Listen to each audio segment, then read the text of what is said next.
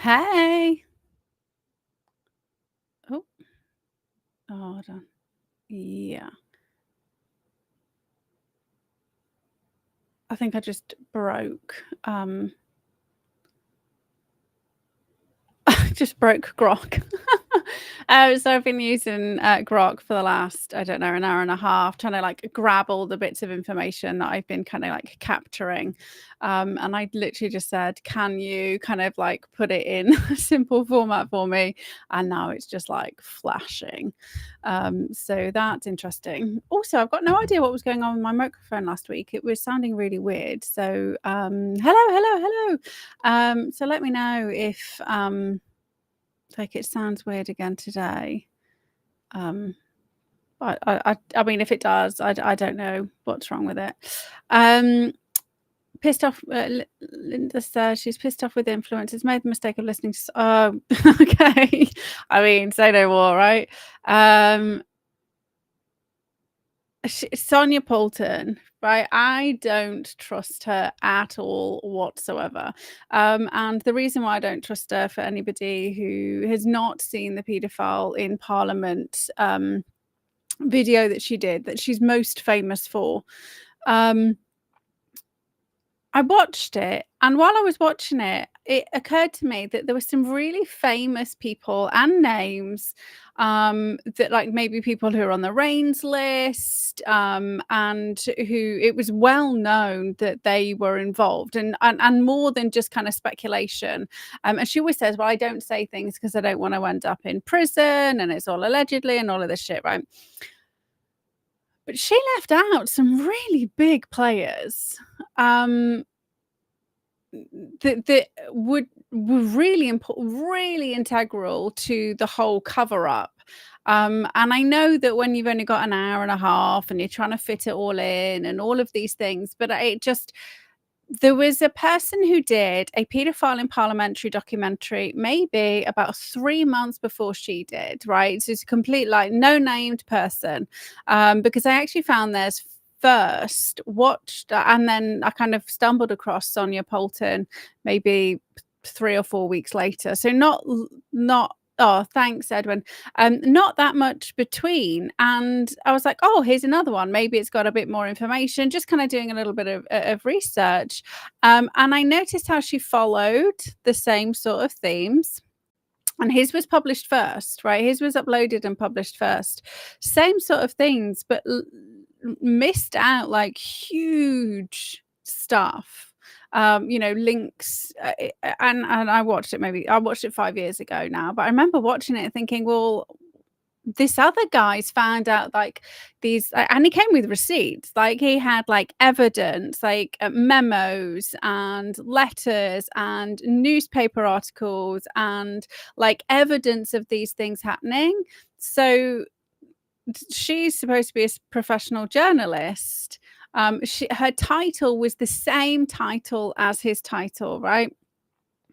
And I was just like, that's dodgy. And when she was on what used to be excuse me, I can't remember what that channel was kind of called.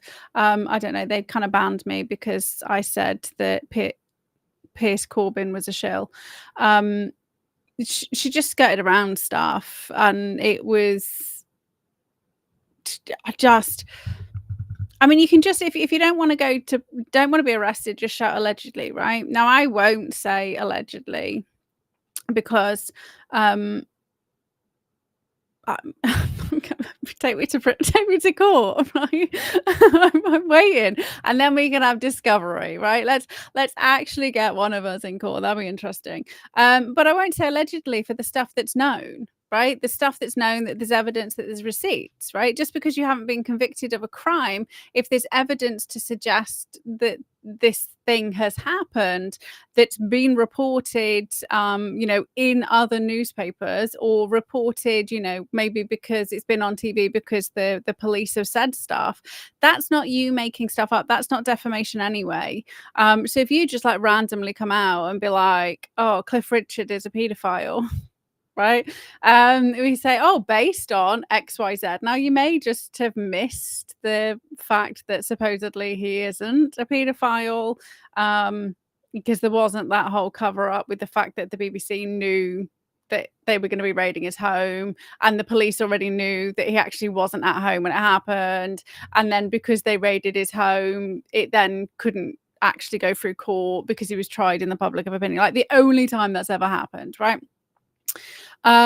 So even in that, you'd be like, well, there's all this evidence, and then XYZ, you know, this is my opinion based on what I've seen, right? So even if you want to kind of say allegedly, but you if you're going to do something, and she's built her entire separate journalistic career on this whole paedophiles in Parliament thing. And before that, she was part of UK Column, and she fell out with them, and they don't tell the whole truth, right? So do you remember the 2020 election? It was blatant that the election was stolen, like, straight away, and they did not mention the election. Like, because I used to watch them then, and I was like, how have they not mentioned the election? They literally have a guy on here who's American. I mean, he's not living in America, I don't think. Can't remember. But I was like, how have you they literally did shows for that week, and they didn't mention the election other than in passing that Trump lost. There was like no mention, like not even a sly mention of the fact that, you know, he was winning until they stopped counting, right? Even if you just said that, it's really weird. This weird thing happened. He was winning until they stopped counting. Like, and I was just like, right, these guys are gatekeeping. Like, they're all fucking gatekeeping. They're all more bothered. I'm not bothered though. They're all more bothered about their wages than they are doing the things that they should be doing. I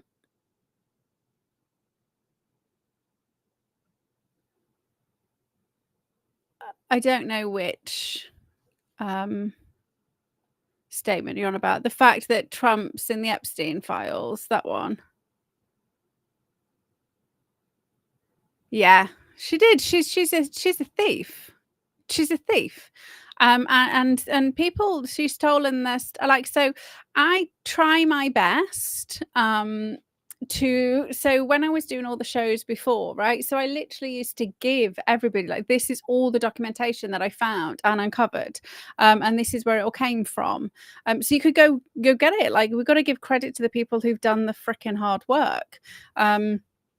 Nowadays I just read shitloads of stuff, and then I'm like, right, I need to kind of like turn it into some kind of like normal coherent stream of information, and then get Grok to help me do that, so it kind of makes sense, but actually go off on my own tangents, right? So but I'm very open that I'm using Grok to help me kind of put it in some kind of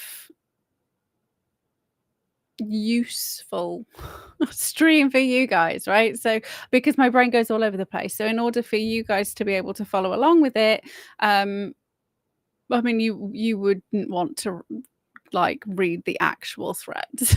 Like, I don't want to grok glitches. What the fuck? You literally just asked me this question, and now you're asking me this like random question which doesn't seem like it makes any sense at all whatsoever. But yeah, okay, so it looks like Grok is no longer having a fit, so that's useful. Okay, so we're going to be talking about how much is the show. Still Prince of Darkness lurking on the sidelines, and looking deeper into the man, not the martyr. And then staying calm while the world burns, because I always like to try and leave you with something to keep you happy and healthy. So we're actually going to do it in a slightly different order, because I mean, we're going to start with the Prince of Darkness because that's the way that I kind of started it. And I don't know why I wrote it the other way around. Anyway, doesn't matter. We're still going to talk about those three things. A quick little side note with regards to what happened over the weekend, because I did put posts up everywhere saying no way this 13th of September rally doesn't turn into a giant shitstorm. The only reason it didn't is because there was too many people there. Like, they were not expecting, and like any other sides were not expecting like at least 1 million people there, right? And if you have that many people, they can't be manipulated easily, right? They can't, right? It doesn't matter how many attempts that they were trying to, they were doing like half whatever that kind of weird tribal dance was, when they were ripping up the Palestinian flag, when they were doing all of those things designed to get it to happen, and it happening on the same time in London as like lots of different football lots of different football matches. And obviously Tommy's background is like football hooligan. Then we have obviously the police busting in Antifa, but actually I personally think they probably paid those potentially off-duty police officers, much like football stadiums have to pay police officers. So I haven't managed to do the FOI yet, but that's my belief, because on-duty police officers wouldn't have time to be ferrying fucking Antifa people all around the place. Like, it's not part of their job description. But you if you are holding if you've got like an event on, you have to pay for private security, you have to pay for or you can hire police officers. So that's not an unusual thing, and I think most people don't realize that. But I would hazard a guess, a lot of the police that we see doing very dodgy stuff are being paid by the organizers to do the things to protect them, to be their XYZ, rather than just kind of randomly rocking up. But yeah, there was just too many people, so they couldn't be manipulated.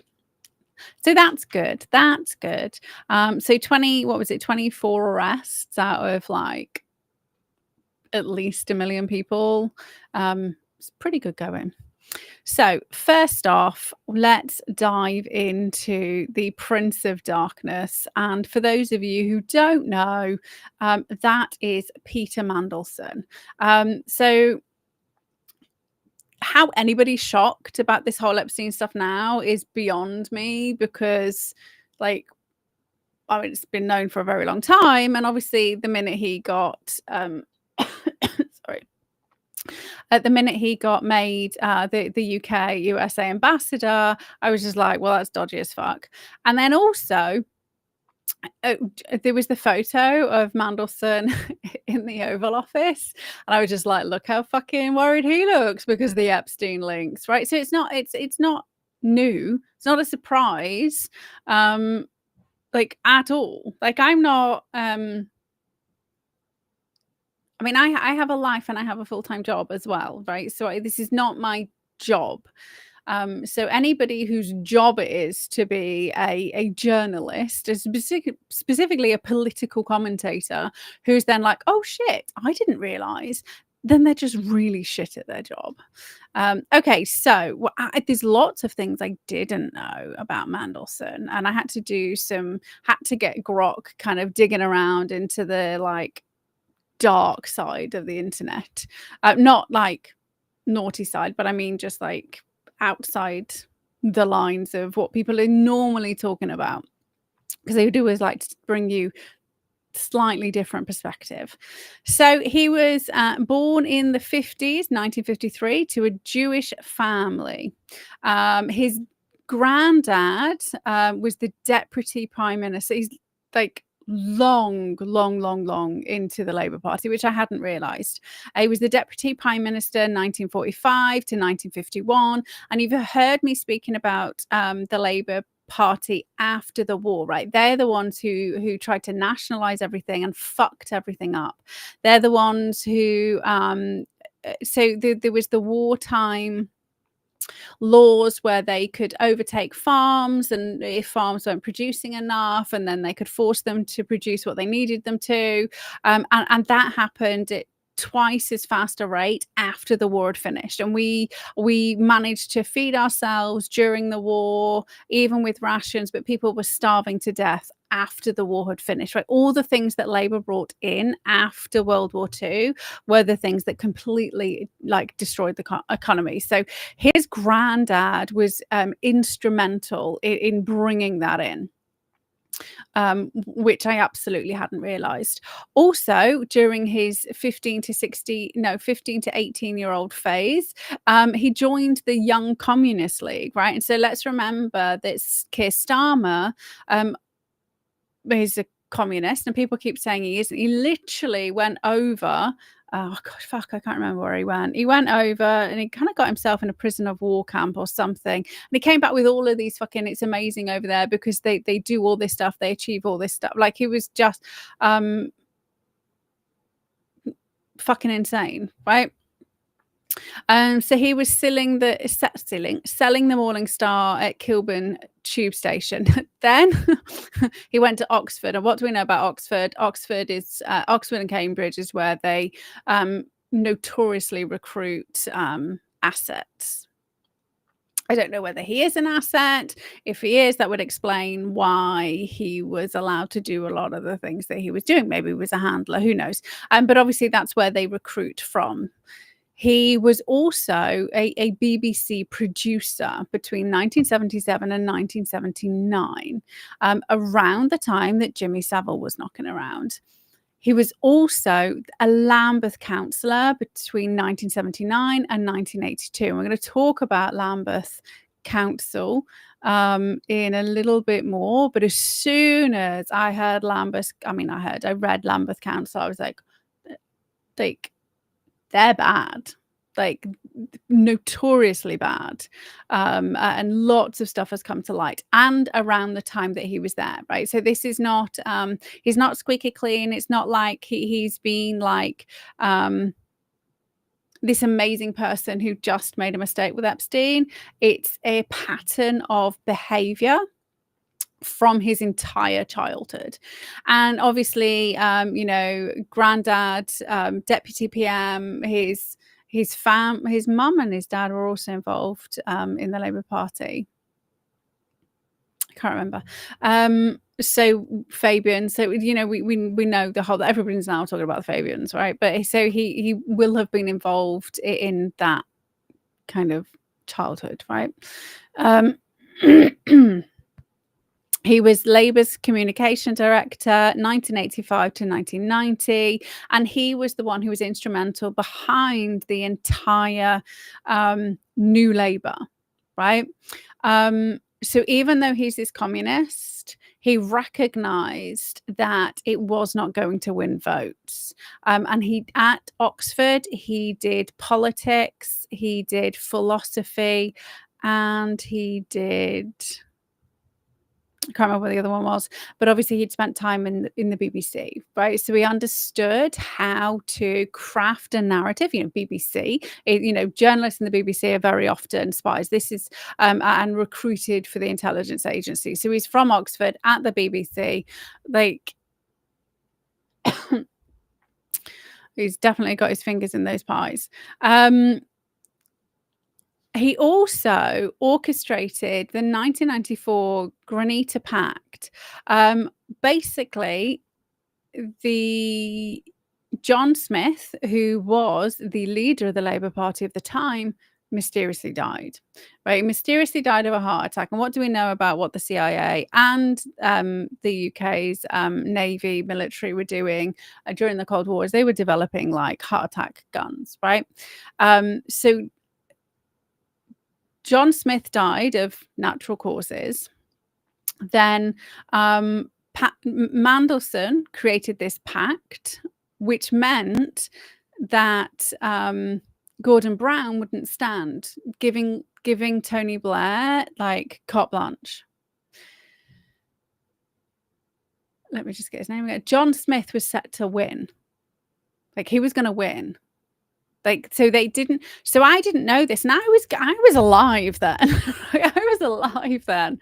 And I remember the whole Tony Blair fanfare. So if you think about it in today's terms, is we have the Obama fanfare, like the same thing. Like, because I remember Tony Blair, I remember him being everywhere and him being like this amazing person and him being like he's going to save the country and all of this like giant propaganda stuff that was happening around Tony Blair.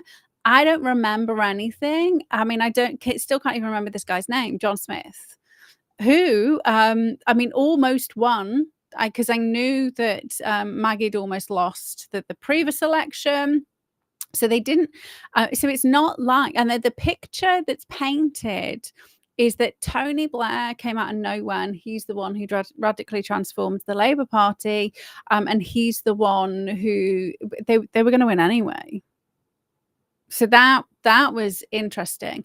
They were going to win anyway, and they had to get rid of the guy who was actually kind of like he was a moderate good. He was a good guy. He was a reformist, but he wasn't a communist or a psychopath. Right. And he also wasn't in bed with the Jewish elite. So I don't know how he ended up. I mean, maybe he did the same sort of thing that Maggie did, that Kennedy did, and decided that they weren't gonna play the game, right? Said that they're not going to destroy the country. Who knows? Happy birthday, Edwin.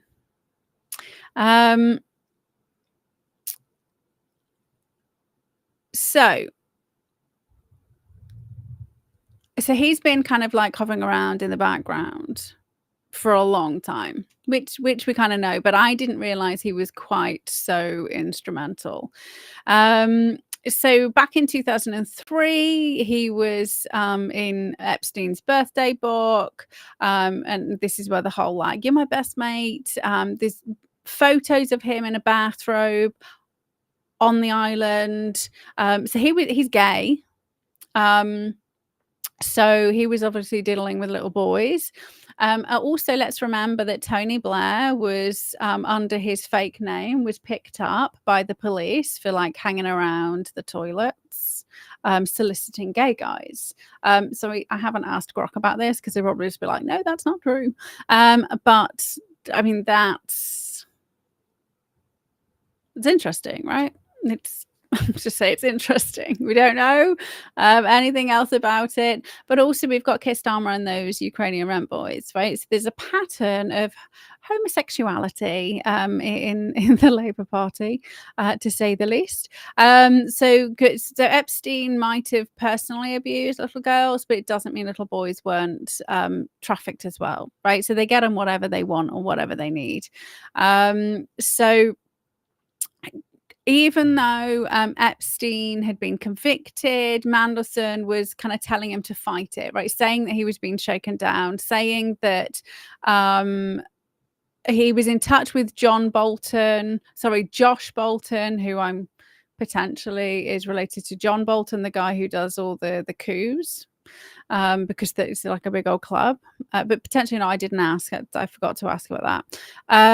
So he was in Epstein's Manhattan townhouse after Epstein was convicted. So why would he be there? Like, why would he be there?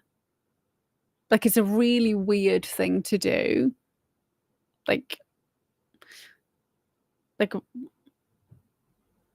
guy's in prison. Like, why? It's just weird. Well, it's weird if he's not involved on a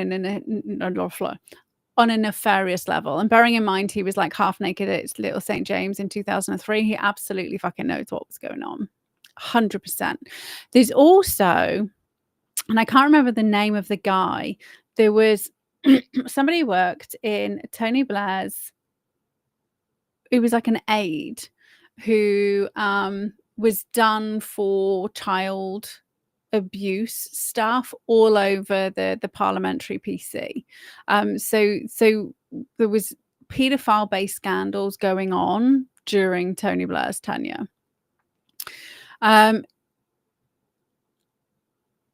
So obviously Starmer didn't want to sack Mandelson, but eventually finally did due to pressure. And again, it isn't, so it's not new, but all of a sudden it's new, right? Now, MI5 and MI6 said no.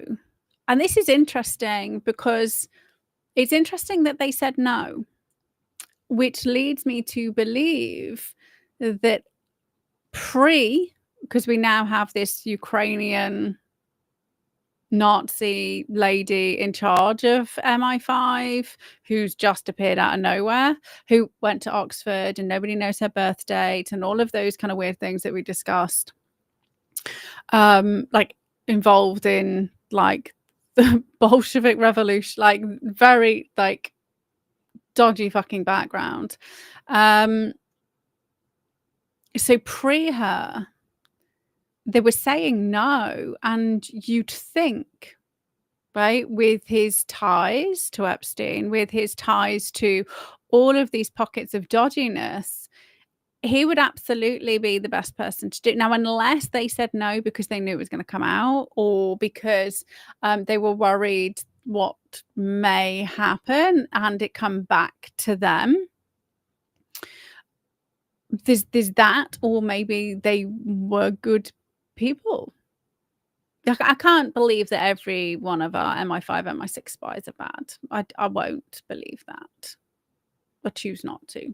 I choose to believe some of them are good. But it's really strange that they kind of said no, because you would, anybody who is blackmailable, you absolutely want to keep them in, right? Because then you're the one who controls them and owns them. Like, blackmail is the currency of control. But actually, it was his Chinese links with regards to the Global Council that was more of an issue.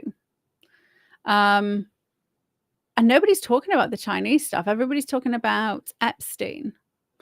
And so remember, we've got this whole Chinese embassy that's going through a lawsuit in London because they're saying it's unlawful to build it, right? So they're trying to put this Chinese embassy. We've had Chinese fucking HK Vision involved in everything. We have Amazon Web Servers is the things that's hosting all of the government platforms, and Amazon Web Server is involved in China, which means the CCP must have a back door to it, which means the CCP must have a back door to everything we've got, and they're trying to digitize. Can we get rid of this person? We must digitize everything, which means the Chinese absolutely doesn't have a back door to it. They got a fucking front door to it. So the fact that so Global Council have now like got rid of him, but the Chinese thing is the thing that I'm going to suggest is the thing that they're more bothered about. But there was also the Chinese spies in Parliament. There was the Chinese spies in the Queen's entourage. Like, everybody forgets about China. And obviously it was Starmer and McSweeney who overruled the vetting, and they just kind of said, we're doing it anyway. So why would they say we're doing it anyways? Because Mandelson's instrumental in getting Labour in 1997 and starting the ball rolling for the destruction of the United Kingdom. It absolutely had to transpire and happen, right? Because we saw this entire whitewashing of all of the Keir Starmer stuff, which everybody's talking about now, right? So do you remember, I attempting to even talk about the Fabians before the election, and I was talking about them like for ages, but actually really trying to bringing it into focus the fact that the Jimmy Savile stuff, the fact that he, made a name for himself creating the laws which is fucking the country over, like all of that was silenced. Like the people on the right weren't talking about those things. Like they weren't. I mean, they might do the odd mention to Jimmy Savile, but nothing.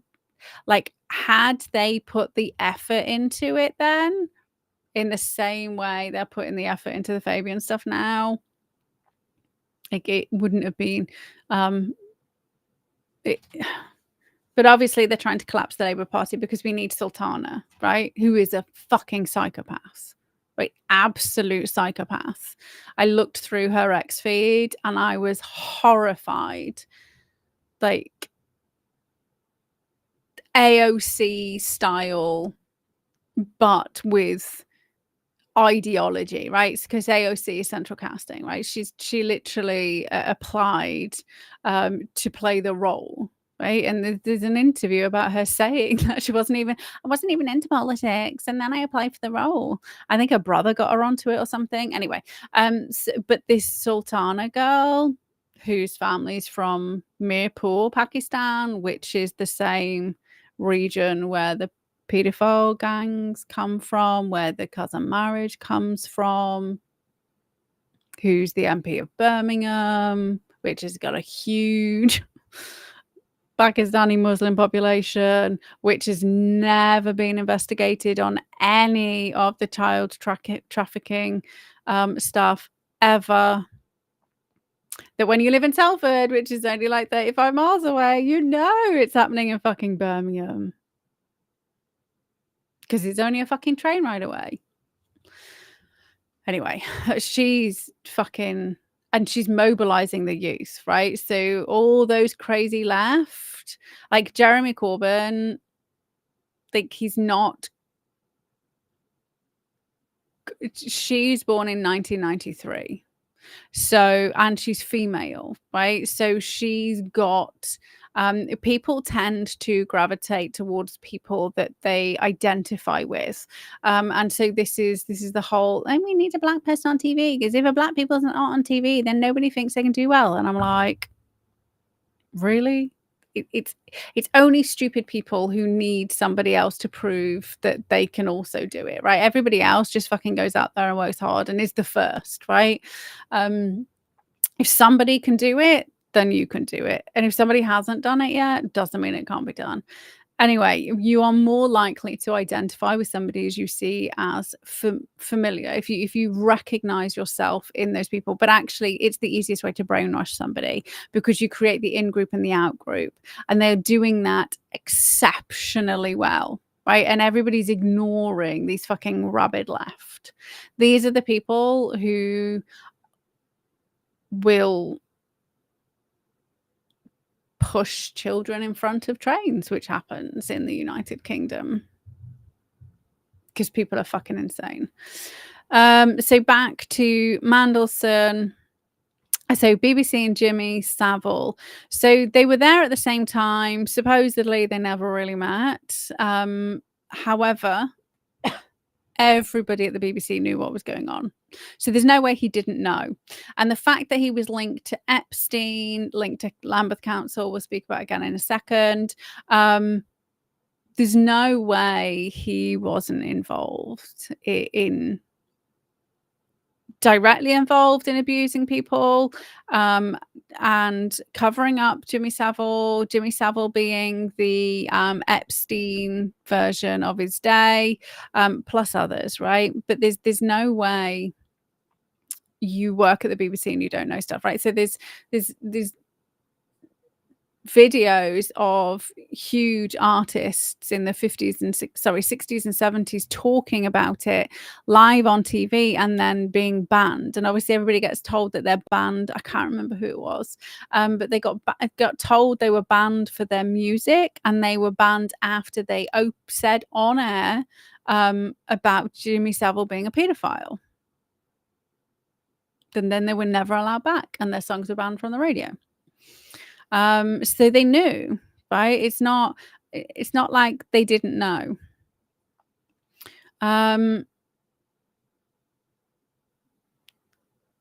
So Lambeth Council. So he was a councillor between 1979 and 1982.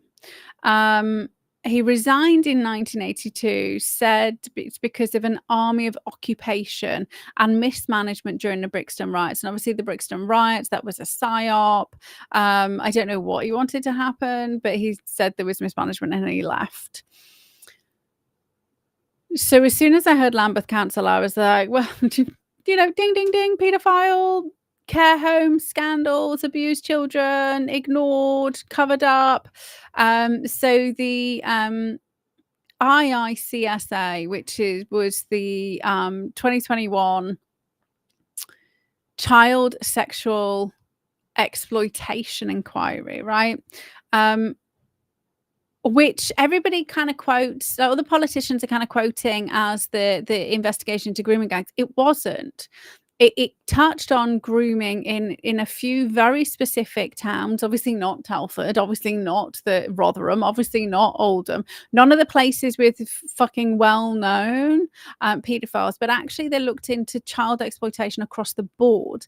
And they looked, into the Catholic Church, they looked into care homes, they looked into loads of other areas, and the rape stuff was the teeny tiny portion, and they purposely went outside of the areas where it was gonna kind of throw up anything, right? So whenever anybody kind of says, oh, there's already been an inquiry, we had the child exploitation inquiry, it didn't have anything to do with the rape gangs, other than you could say just like a footnote, right? Because it went on for years. It was like a footnote.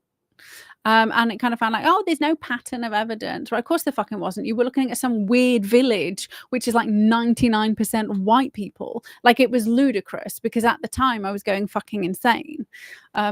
Living in Telford, right? And because obviously our MP was one of the 10 who said, we don't need to be part of the national inquiry, we'll do our own. And he's just been promoted to secretary for the defense minister. So I have no idea how Sean Davis knows anything about the fucking military. Supposedly he's from a military background.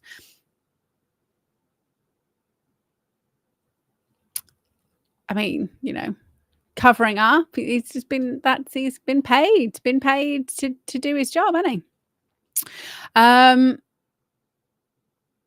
So there were what came out in the child exploitation, right? So this is 2021. So again, people aren't talking about the Lambeth Council link. So people are talking about Epstein. People aren't talking about what happened in our own country, even though we've supposedly got 2 fucking rape gang inquiries, one by the government and one by whoever it is. Lowe, is it? I don't know. That and why aren't they talking about Lambeth? Why aren't they talking about Peter Mandelson's direct links to covering up the abuse of children in care homes when he was a councillor? I'm pretty sure it's the same council that Jeremy Corbyn was on. It was the MP of Lambeth Council. Let me just... Maybe that's the other reason why I know it. Lambeth MP Jeremy Corbyn. Pretty sure he's Lambeth. Oh no, Islington North. Oh, well, okay. Well, Islington's also got fucking grooming gangs that he has covered up. And I've seen evidence. I've seen emails of him personally covering stuff up in Rotherham. Literally came from him to So when he says, I don't know anything about it, I'll be like, oh, what about this fucking email I have here? Anyway, so yeah, so sue me for defamation, Jeremy. So anyway, Lambeth was like, and it was like, oh my God, nobody knew. Like, everybody fucking knew. So if you don't know about the whole what happens in the care homes, is social services. So we have foster kids who social services knew about, and social services were responsible for actually putting them on the buses, giving them to Jimmy Savile, giving them to the elites, and them coming back at after the next week, right? They were responsible for getting the alcohol. They were responsible. This is what social services were literally doing in these areas. They were buying the cigarettes, buying the alcohol, farming them out, making the money on the side, turning a blind eye, pretending it didn't happen, covering it up, hushing it up. And nobody's been arrested, because nobody ever gets fucking arrested. But so Mandelson, while at Lambeth Council, was responsible for housing and youth. Right, so he oversaw housing and youth. There is no way he didn't know.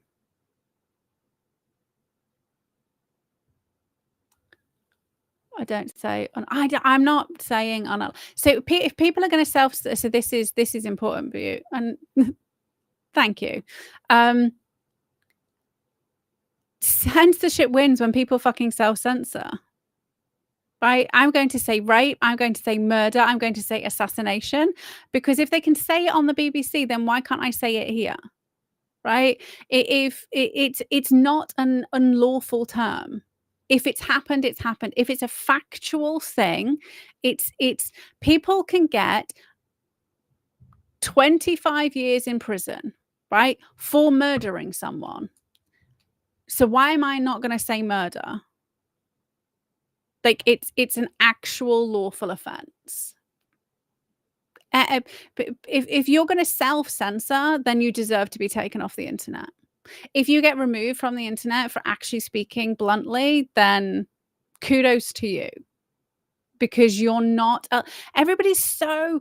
It drives me crackers. Like, genuinely drives me crackers. If you are that bothered about being removed from the internet, you shouldn't be in the position that you're in to be telling people what's going on, because you are going to always hold something back. Fair enough. I'm, like I mentioned before, I have a life. I have 2 full-time jobs. And I do this on the side. I don't make any money from this at all whatsoever. So I will try my best to capture the things that I capture, and I will allow my brain to go to the crazy places to figure stuff out that people aren't talking about. But I'm going to miss stuff. I cherry pick the things that I'm talking about, but I'm open about that. Also open about the fact that my Telegram channel has lots of stuff being piled into there if you want to see what else is going on. But anybody who's self-censoring, they just unfollow them. Stop watching them. Because if they don't have the balls to say murdered, assassination, raped, abused, tortured, when you can go to the fucking cinema and watch it, the fact that, and we're going to talk about Charlie Kirk in a bit, the fact that his assassination with him dying is flying around the internet, and people are happy to share that, which is sick, by the way. I will not share that at all whatsoever. And the only kind of image I've shared, I blurred him out, right? Because he'd been killed. And I think it's out of respect. I will also not share images of children being abused, because that's a fucking crime. I do not circulate snuff films. I do not circulate child abuse videos or images. And if you do that, then you need to be really fucking careful. But if you're self-censoring, then I don't respect you at all. And in my mind, you're as bad as the people who are jabbing people for money. But I'm glad you're learning stuff. That's cool. And I'm not just talking to myself. I mean, if I'm talking to myself, it doesn't matter. So there are actually, I didn't realize there's still lawsuits that are going on right now.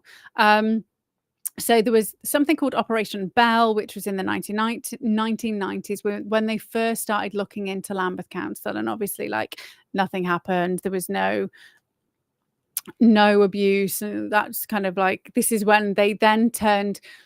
So this is really important timing. Sorry, 2 seconds.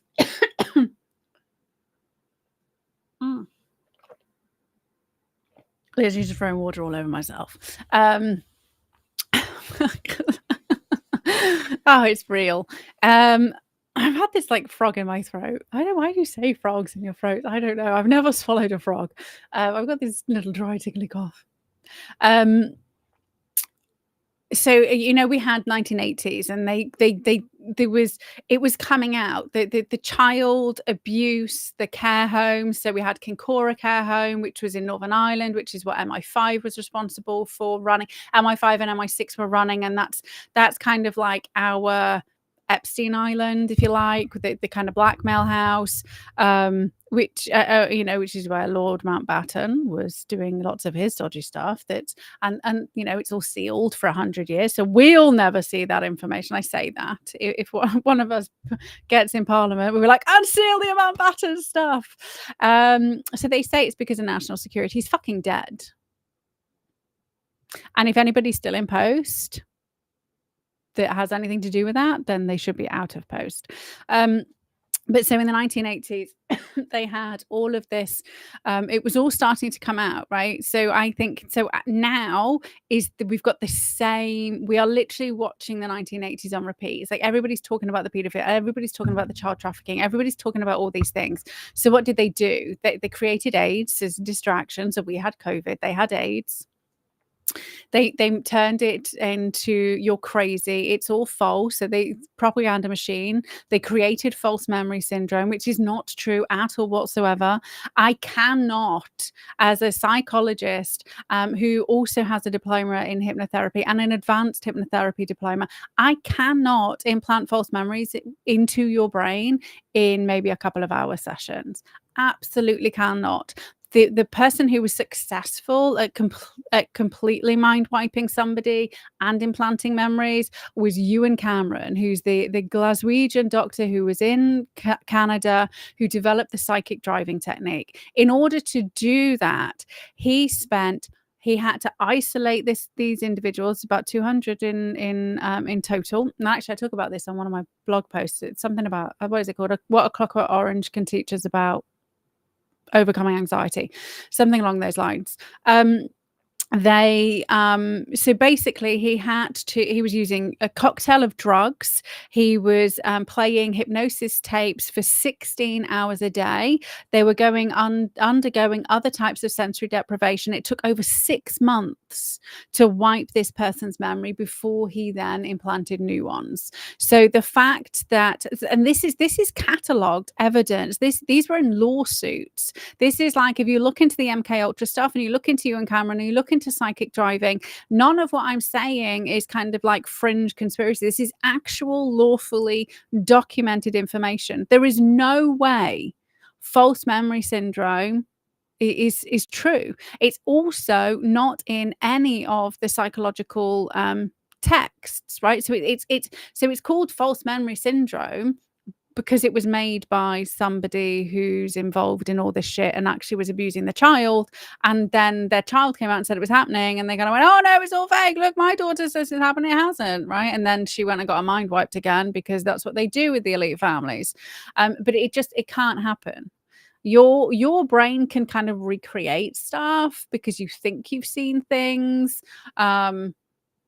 Maybe you, and again, I did a blog post on this the other day.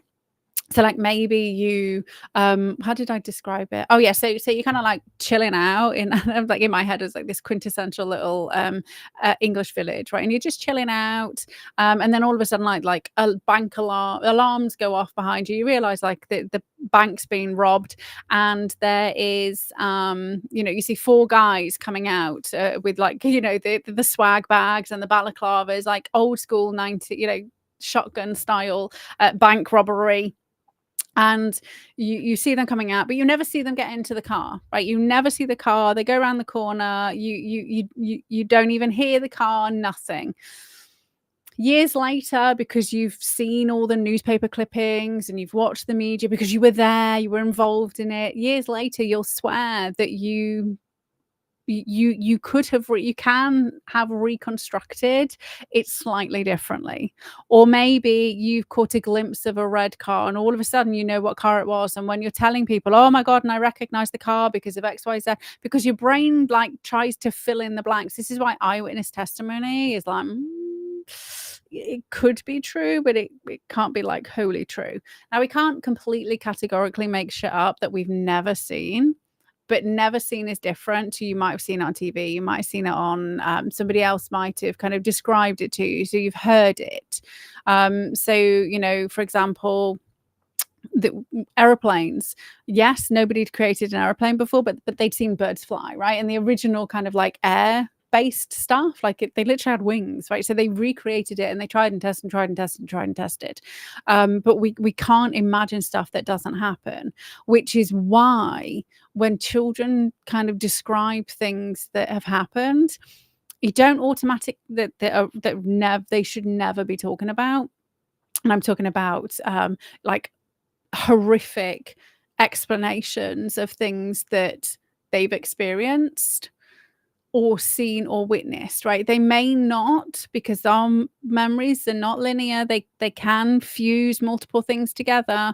You can't automatically jump to the conclusion that a child has been abused, right? If a child, if I'm working with a family and then, you know, they're concerned, the first thing I'm going to ask is, are they in the room when you're watching adult content? Are they in the room when mum and dad are kind of going at it? Are they exposed to this stuff on the internet, right? Have they seen it?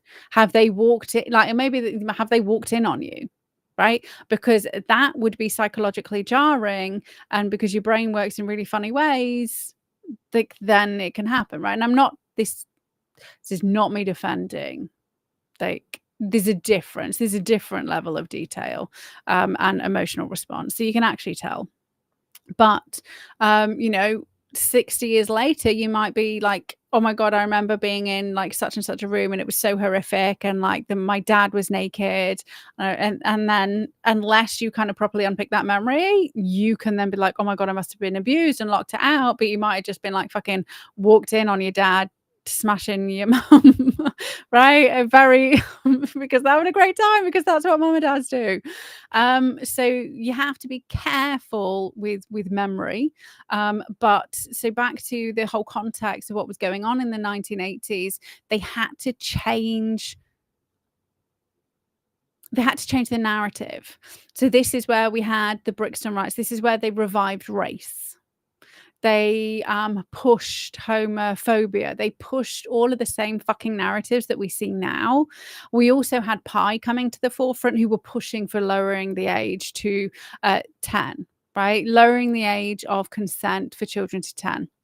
And it didn't cut it. So then we had Jamie Bulger's murder, which then they lowered the age of criminal responsibility for 10. So they were going to come back round again, right? And I've said this over and over and over again, that they're still trying to push to age of 10, because if you can murder somebody, you can absolutely consent to sex.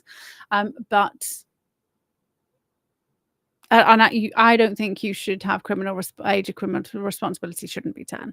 And any psychologist or anybody who's involved in child development and understanding children who says they should be struck off. Like, the age of criminal responsibility, I think, should be 18, with regards to being tried in an adult fucking court. So those two kids weren't tried as children; they were tried as adults at 10. Right? That change in the law is what led us to where we are now. Right? So people aren't looking at the fact that there's this weird grey area between 13 and 16. It's got nothing to do with, you know, a boyfriend and a girlfriend getting it on. It's got everything to do with the fact that the rape gangs specifically target from age 13. I mean, sometimes they end up with like 9, 10 and 11-year-olds, because there are always people who want them younger, but they specifically groom children over the age of 13 because they can get away with it, because the age of criminal responsibility is 10.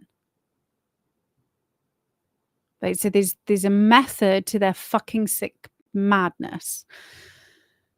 Anyway, there's lawsuits going on now. So maybe more's going to come out about Mandelson and Lambeth and the things that he did there to cover up, and his links to Jimmy Savile, because there will have been links to Jimmy Savile because he was at the fucking BBC. Whether we find out what happened to Mr. John Smith, he'd had previous heart attacks. So they tried to bump him off like multiple times because he was really young. He was only 55. And I know people die of heart attacks now at 55, 60, but that's because they had the diets have changed, right? And since the 80s, we're also being bombarded by the fucking web of technology and Wi-Fi and all of that. And like the entire UK is like this fucking Wi-Fi based dome, isolated island where we've literally been under this net since the 1980s. And that's what Barry Trower talks about.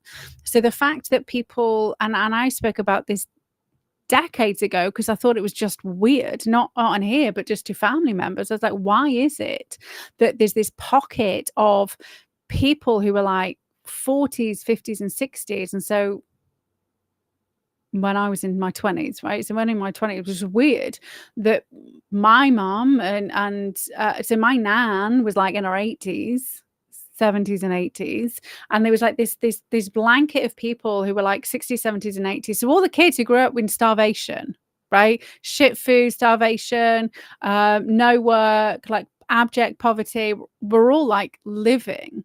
Then all the fucking baby boomers are all dropping dead, like 40s, 50s, and 60s. And obviously they had shit diets, but also we had the web. And also we had the fucking CIA zapping everybody, and obviously UK MI5, MI6 version. But they tried to bump him, 100% tried to bump him off. So he had a heart attack in 1988, heart issues in 1993, and then he was gone in 1997. Did I say 97? Is it 97? The Pact. So it ended up being Tony Blair. So, oh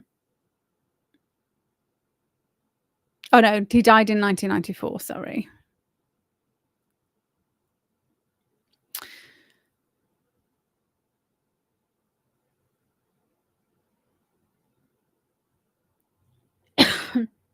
Then we also have the Morgan McSweeney, who is Starmer's chief of staff, who was responsible for overruling Mandelson's vetting, right? So they vetted him, and it was McSweeney who said no.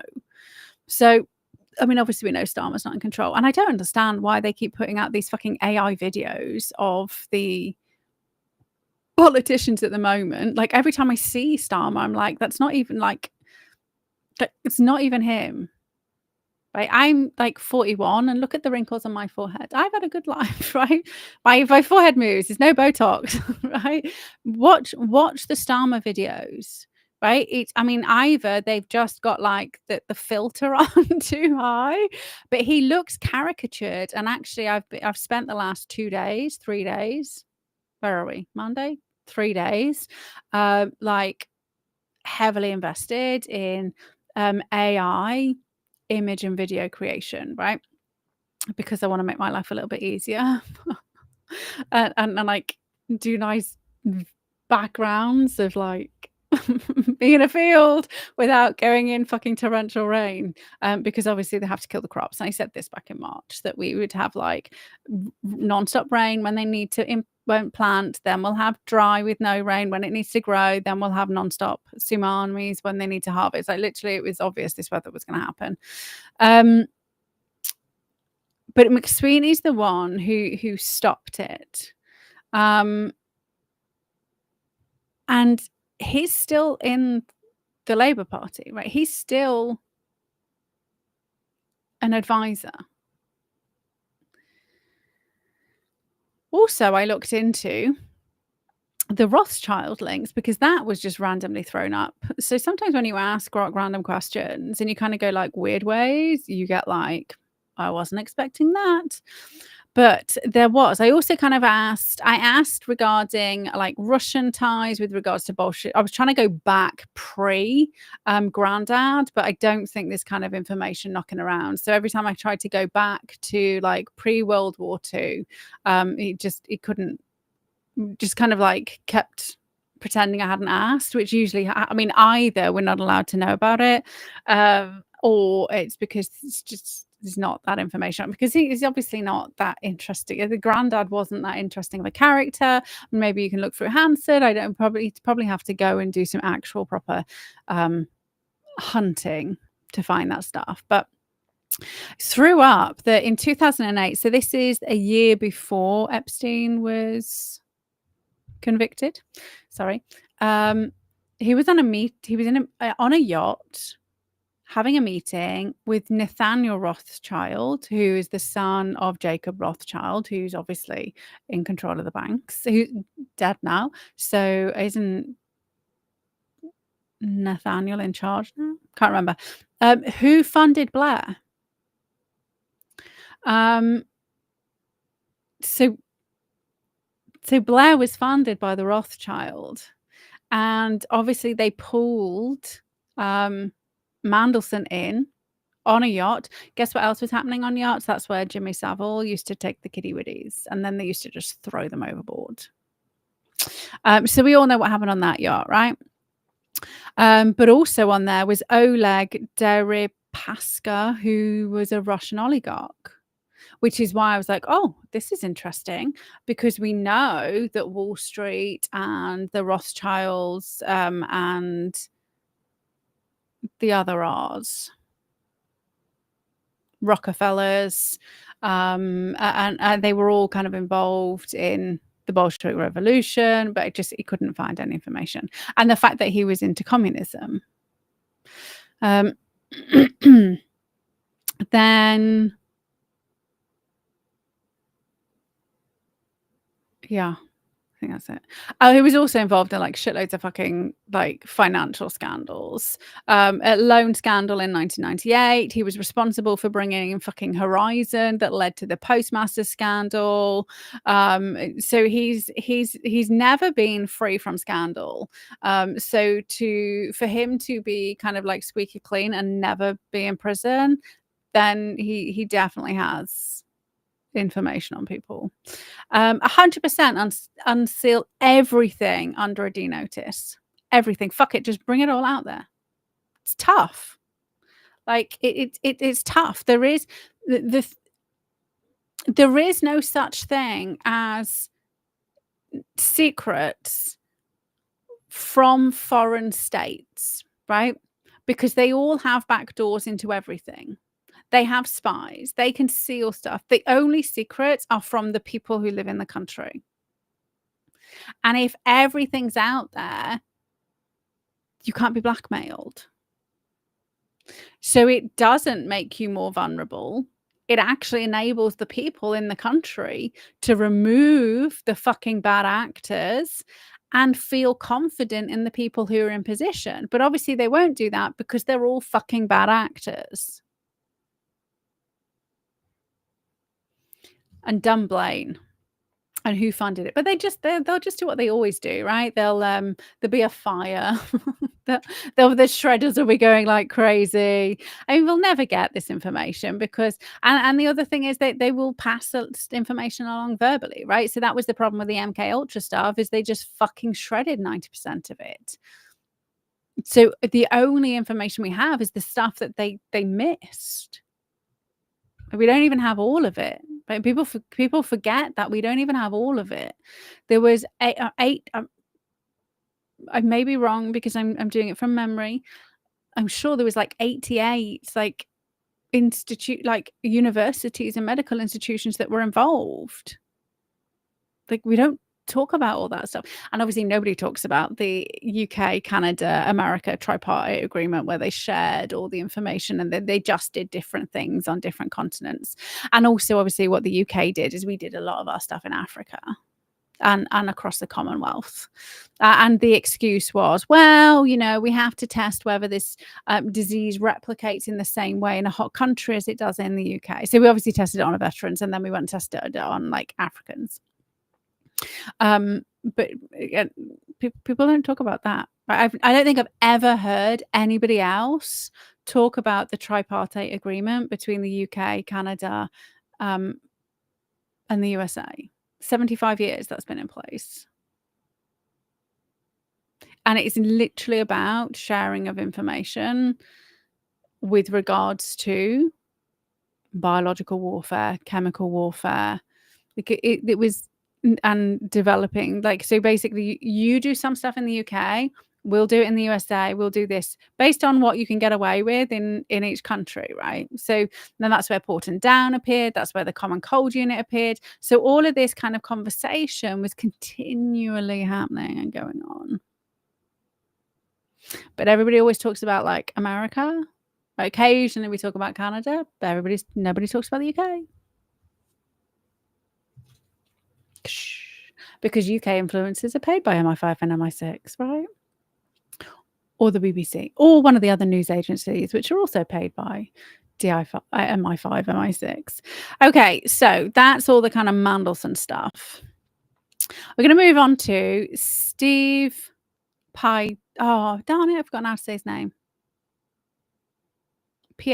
Piecznik. Pieczenik. Basically, the real life Jack Ryan. Because his stuff's resurfacing. And I remember watching it years ago and I was like, nah, bruv. But then watching all the kind of Julian Assange stuff roll out, I was like, oh, that kind of makes a lot more sense. So just a bit of background. I'm going to call him Steve, right? Let's just call him Steve. That's his first name. I do apologize, Mr. Steve, but I did. I listened to him say his name like 3 or 4 times, but that was like an hour and a half ago, so it's gone. So basically, in 2016, he came out with a video, and I have got the video. I tried to find it on his channel, but funnily enough, it's been wiped from his channel. But other videos are still available. So I'm just going to share this, and then I have to. It doesn't work very well, but I will share tab audio.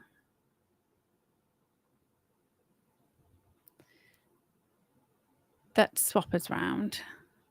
Oops. There we go. Let's make this bigger. There we go. I'm going to turn me off.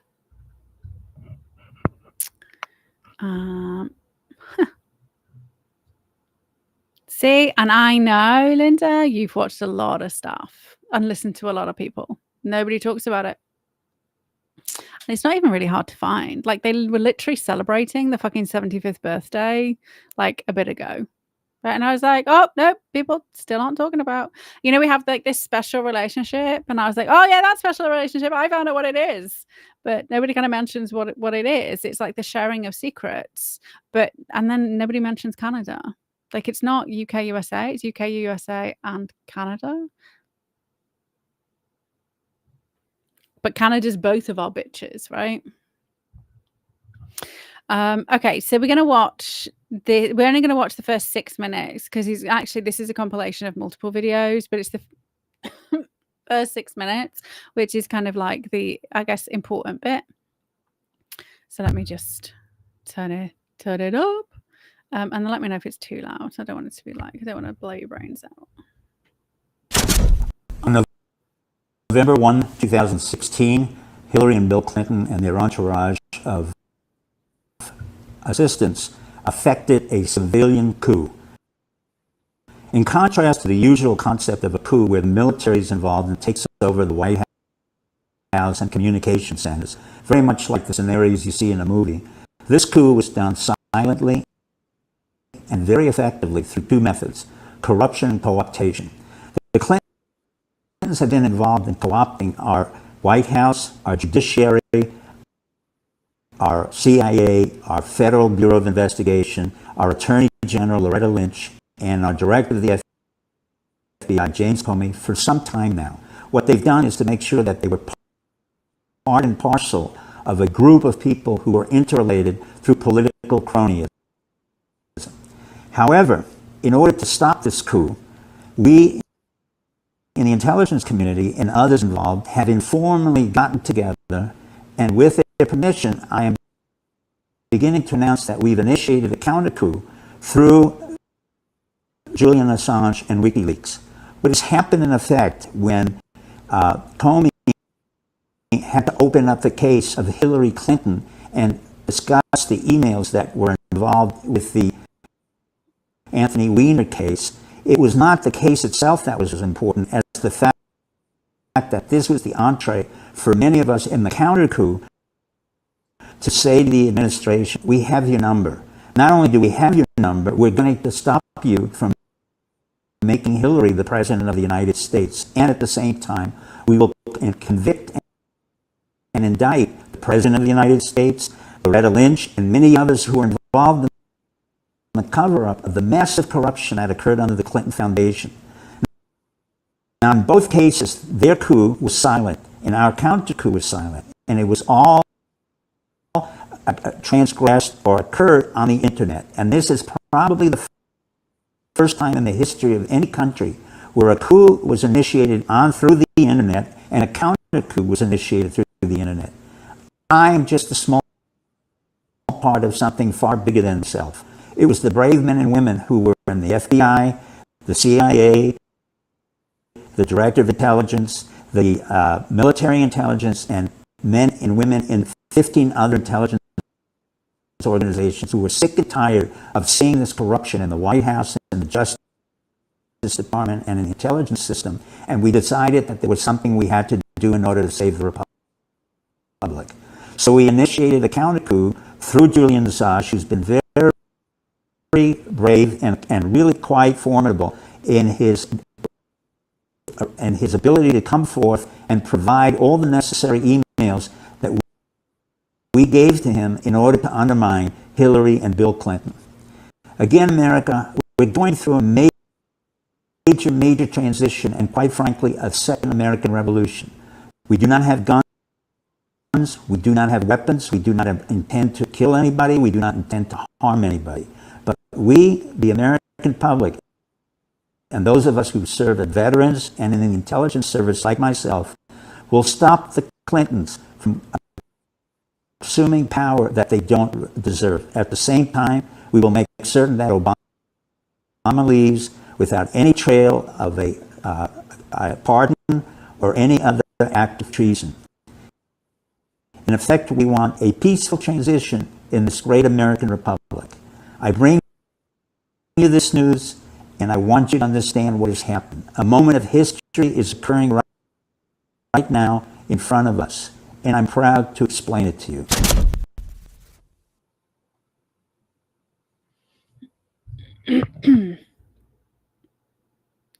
Oops. Okay, and in one of the other videos that I couldn't find, he then goes on to say that the media have been told they must not mention it, right? Because that's the key, right? So he and this is like first, I think it was on the 1st of October, so it was the October surprise for 2016. So that's gone. The video on his channel, so it still has still got like the ones talking about so from like 10 years ago, well, almost, where are we now? Yeah, 9 years ago, talking about, and I've just dropped Steve's channel in the comments, talking about Clinton and both Clintons on the Lolita Express, pedophilia, the Wiener laptop. We're talking about all of those things. They're still there, but the videos where he's talking about the coup and the counter coup, they've been wiped. So, a bit of context. Julian Assange says that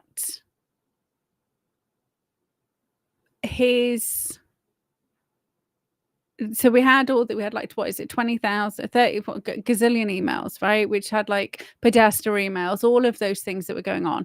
Supposedly there's an RT interview saying that, with Julian Assange saying, well, it wasn't anybody from America, but that can't be true, because we know that Seth Rich was who kind of got hold of the DNC server, who was murdered, was in talks with WikiLeaks, and he was inside the UK, not USA, my apologies.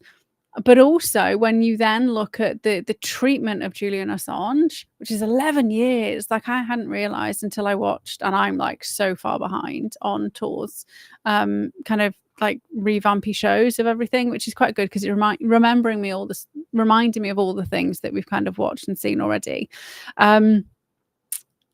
But so I hadn't realized it was 11 years, but actually, like, I was blind to it for many years, other than you kind of saw it occasionally in the news, because you don't look, you're not kind of not involved in this, are you? And you do rely on the media. So what I wanted to kind of like mention actually was when I was watching that kind of clip, while washing the dishes on Friday, because that's how I have to consume anything anybody sends me. But I'm trying to work my way through all Tor's Sparking Your Memory shows, and I'm like, I don't know, a month behind. I was watching it again, so it was not the first time I've seen it. It's kind of, I was watching it again, and I was like, wait a minute, this was 2016. That's interesting. Why is the date not because of the 2016 election, not because they were watching them try and steal it, not because of them actually not allowing them to steal it, but actually it kind of harks back to one of the very first shows I'd heard of Tor when she was on Red State Radio. And I can't remember who she had on. So she had two like fucking conservative, let's call them like pay for play patriots. And they were talking about the queue. They were talking about the boards, and they were like, oh, you know, the plan. Oh my God, I can't wait for all these things to happen.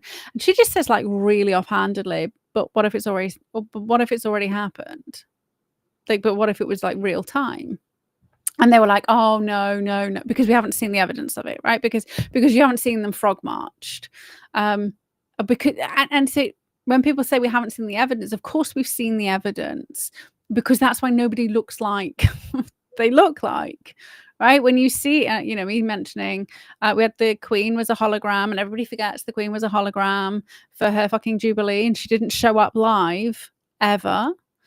We've got fucking Keir Starmer's AI version of him, like on the internet and on the telly, like standing there like a fucking goofosaurus. And we've just got access to this technology. Right? They will have had this technology for a very long time. Look at the films, and yes, the things that they've been able to do in Hollywood and manipulate things for a very long time is still not even the same kind of tech that the elite rape pedophile satanic cabal gangs have had. But so when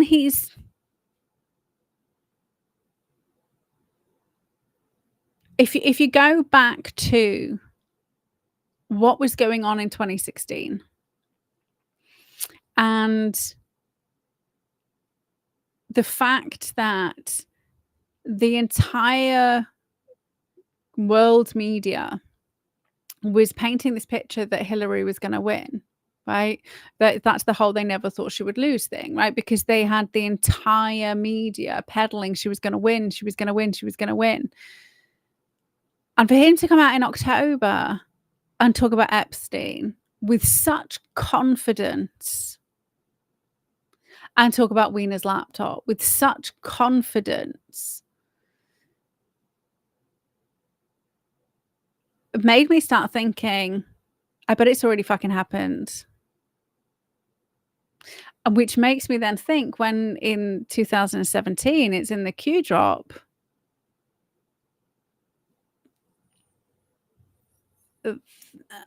that must be a second arrest. Like, they've already got everything, right? So they've already got the indictments, they've already got the evidence, they've already got everything, but they just can't pick them up until Trump's in office, right? So I always had in my head, and if you've never read the Q drops, I urge you to read at least the first 100, right? And supposedly the first 1,000 are okay, but that's just too many for me to go back through. So the first 100, they are not the same in any way, shape, or form. And when I first started reading them, it's a really weird story. I was watching UK Column, and there was like people like who kept just going, but we follow Q, I follow Q, trust the plan. And then there were other people going, oh my God, it's this fucking psyop, you're a retard. And I was just like, what's this Q thing? Right? Like, oh my God, what's this Q thing? Like, what are they on? These like weirdos like following this Q. I was like, is this like a messiah? So then that's how I kind of found all the shills, right? Because I was like, Q, like, and I was getting I spent like 3 weeks being like irate because everybody was talking about these things and nobody was giving me links. Nobody was giving me links to these drops. Nobody was allowing me to go and fucking read them. It took me hours, because obviously the internet was trying to hide them. It took me hours to actually find a link so I could go and read them. And I was like, right, well, I've got to do some catching up. And I went right back to the beginning and I started reading from number 1 because I was like, I want to find out what's going on. Started reading from number 1 and I was like, this is like obviously communication between like intelligence operatives. Like it was so obvious. These are like, back when you used to send a text message. This is like, meet you at dinner for 8. Yeah, we'll get Italian. No, I want Chinese. Fine. We'll have Chinese. Right. Those are the original conversations. Like it was like they were time and date stamped. They weren't cryptic. They were just like, we've done XYZ. And then there's responses, right? And there's different personality, like you can tell there's multiple people having conversations on the boards. It's really obvious.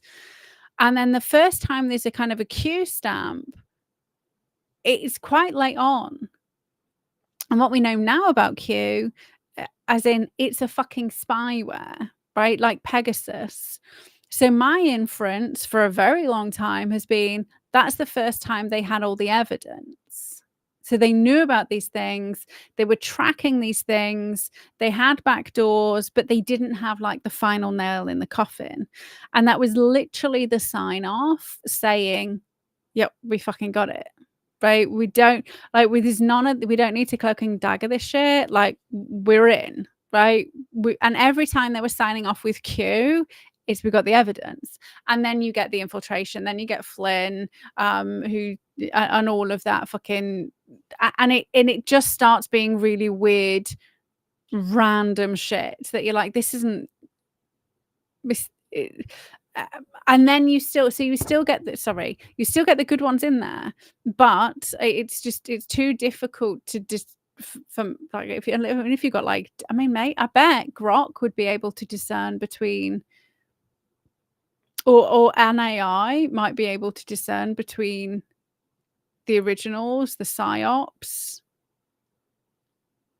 But we also have Alice in Wonderland. We have witches and warlocks mentioned. We have Snow White mentioned, and Snow White's an operation. Wizards and warlocks, or witches and I think it's wizards and warlocks. They are like psychic. So that's that operation is regards to do with like Ingo Swann and the Psy stuff. Alice in Wonderland, it again is kind of is a specific MK Ultra programming actually, but potentially refers specifically to somebody whose show we watch, or I have watched for a while, because everybody has code names. But it is if you've ever looked into MK Ultra, it's a specific program. Oh yeah, Flynn's like, if you've never read Michael Hastings, The Operators, like you need to read that. And then also read Patrick Byrne's book about the election. You like, if you read that book, you know exactly who Patrick Byrne was straight away. But also he's like has conversations with Flynn in there, so you can see Flynn's thirst for power. But some of the stuff that was going on under McChrystal that Flynn's covered up, like it's like they were literally flaying people and pinning them to the doors. And I actually know that from one of my ex-clients. So that was going on, right? So no wonder they've got like fucking PTSD of the shit that they saw over in Iraq. Like flaying children. This was like our people. This is as a warning, right? And it's not saying that the other side were doing it, right? So then they started like it was, and fucking, you know, kidnapping people, gang raping them, and this is like our side and their side, right? They're just, this is why they say there's no good side, because once you put once you train people to be emotionless and take orders, and when you put them in a situation where you convince them that it's kill or be killed nonstop, they will turn feral, right? And then you come back into the real world. I mean, if you want to see kind of like this, the stuff that was going on in the fucking Vietnam War, no wonder everybody came back like a fucking basket case with the shit that they were getting them to do. The same stuff happens now. But that's the stuff that Flynn was covering up, that McChrystal was being investigated for. So when everyone talks about like Flynn knows where the bodies are buried, because he was fucking involved in it. And you can say things like, and I've said, well, who do you tell? Well, you don't fucking cover it up. You leave. If all you do is leave quietly, but you're not condoning it. He stayed, continued to allow shit like that to happen. And obviously Michael Hastings was killed, right? But I don't think he was killed for that. I think he was killed for the fact that in his book, he also talks about the Ukrainian election. And he actually talks about the 4 UN officers, I think they're called, who went to investigate the Ukrainian election because they knew it had been fiddled. And he mentions the fact that they were murdered because they uncovered evidence that it had been... and so it's only like 2 pages in his book. Those are the pages that got him killed. It's about the Ukrainian election because you look into when he was killed, right? But yeah.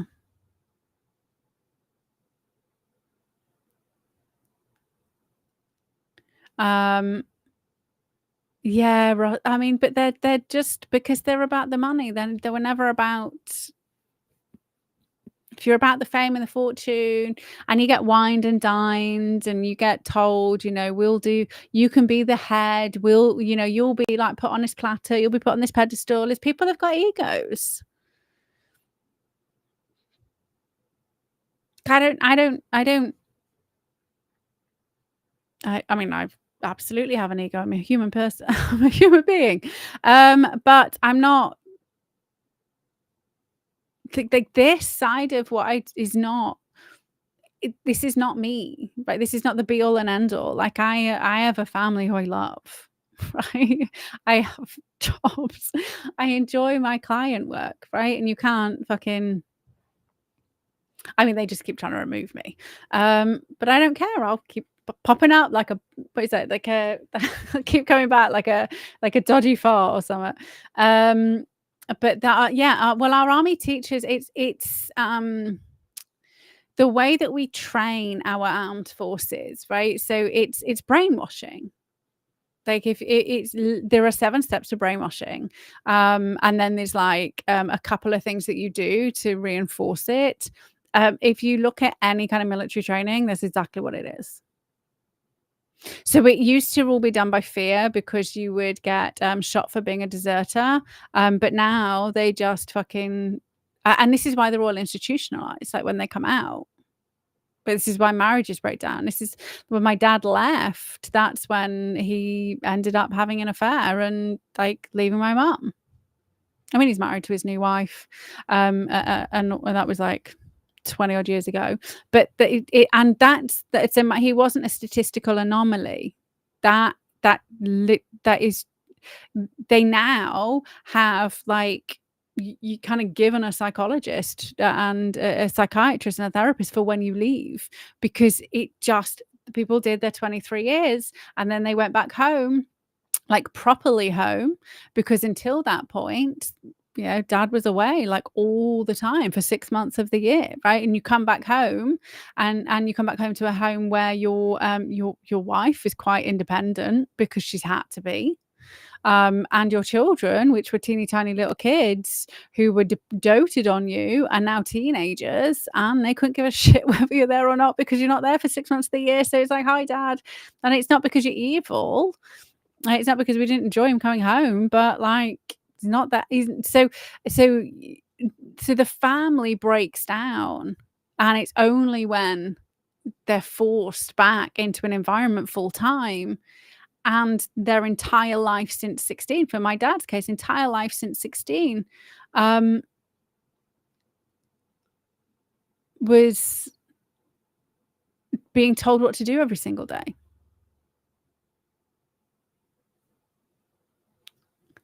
Congratulations, Edwin. It was a shock to everybody with my dad, to be fair. But it's like there's the statistics into it. It's like so much so that Raf kid over here. Yeah, it's a literal thing. And when they talk about like children of disadvantage, like everybody forgets like forces kids who move all the time, that don't have a stable background at all, who can't make friends for longer than 2 years, who don't have a full-time father figure, right? All the risk factors for kind of creating crazy children are live in the forces children, and nobody talks about it at all, because you're all fucking disadvantaged at the same school, right? Actually, they do have so it is recognized as part of the PPG funding, but it's the media never speak about it, so you just it's not covered. But anyway, so we were talking about Dr. Steve. So I was talking about the AI stuff. So I am shocked, like absolutely. So obviously we've had the video, we've had the images of okay, we had like the pretend BBC images, right, of Kate with the 6 fingers, and it was kind of like obviously photoshopped, right? That was all done on purpose, and I can tell you that was all done on purpose because I've been playing with AI and its capacity to recreate people and make it look seamless is phenomenal, like phenomenal. So I'm currently redoing my sales page. So these are just some of the images that I've created for the sales page, right? And these are just from a text prompt. These are completely fake people. I'm about to show you completely fake people, and you can turn these fake people into videos, right? Just by like using a different AI, and they look real. But also you can train an AI version of you called Alora. I don't know why it's called Alora, but it's called Alora. And you basically need about between 20 and 50 photos of you doing different kind of like poses from different sides, wearing different clothes in different environments. You need to get like 20 to 50 different images. You upload it and you've completely created an AI avatar. And then obviously you can clone your voice. But let me just show you some of these images. Let me just see if I can. I mean, some of them are shit. And then I'm gonna get you to guess how much each of these images cost. Okay, let's go Sherry.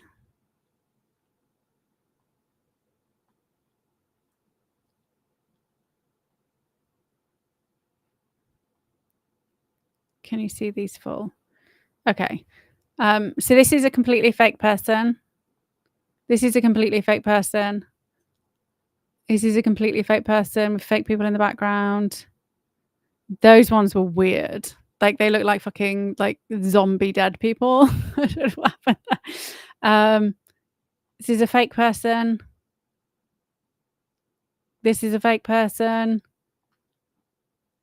These are fake people. Like these aren't real. These are completely generated by a prompt. And so this prompt that created like these people, it literally says create a simple cinematic background image, show a stressed woman in her 40s. I mean, I think she looks a bit older than 40. maybe I just look young. Maybe I'm just like, oh my God, do I look that old? Oh, vanity. I'm not vain enough to do anything about it. So, in her 40s, in a dimly lit home office, staring at an open laptop with a worried expression, a faint shadow of anxiety looming behind her, used muted blues and soft greys to evoke exhaustion and isolation with a distant warm glow of a family scene to hint at hope. Keep the scene clear and uncluttered. And then they look real, right? They look more real than Keir Starmer in most of his videos. Not all of them. I mean, when I asked it for, oh, and this one's funny. I asked people having therapy, like this person's like having therapy in the middle of the ocean. I mean, so you get some weird ones. But like these are real as well. I mean, she definitely looks older than 40. They look about 50 to me. Or just maybe they've had a hard life, who knows? Okay. So guess how much, and if you wanna turn them into a video, you literally, like, plug it in to another AI and say what you wanna happen. So you could say, for example, this one where she's in the ocean. I mean, obviously, you wouldn't use this one. At least this one's in an office, but we'll use this one that's in the office, right? So you could say, the woman at the back gets up and storms off in a huff, right? And it will generate this person standing up and walking off. Like, out of nowhere. Because remember, we've been digital twins since 2007. So we already exist. So I was like umming and ahhing about doing this whole Laura for a while. And then I kept reminding myself, well, they already have me as a digital twin. At least this way, like it's going to make my life easier. Right. And this way, they're at least going to be able to use good images of me. So when you see AI Katie, right, it's me doing it, not them, but then, you know, who knows? Okay, so guess is on a postcard. So I'm just going to stop sharing. I'm going to turn my camera off because I need to run to the loo. I'm going to come back. When I come back, it won't take me long. It's literally like just there. So I'm going to put the mic on as well. So I'm going to run to the loo because then we've got Charlie Kirk to do next. I want you to tell me how much you think one of those images costs, and I will be back. Should I put the countdown timer on? No, don't time me going to the loo because that's like pressure. I'll see you in like a minute.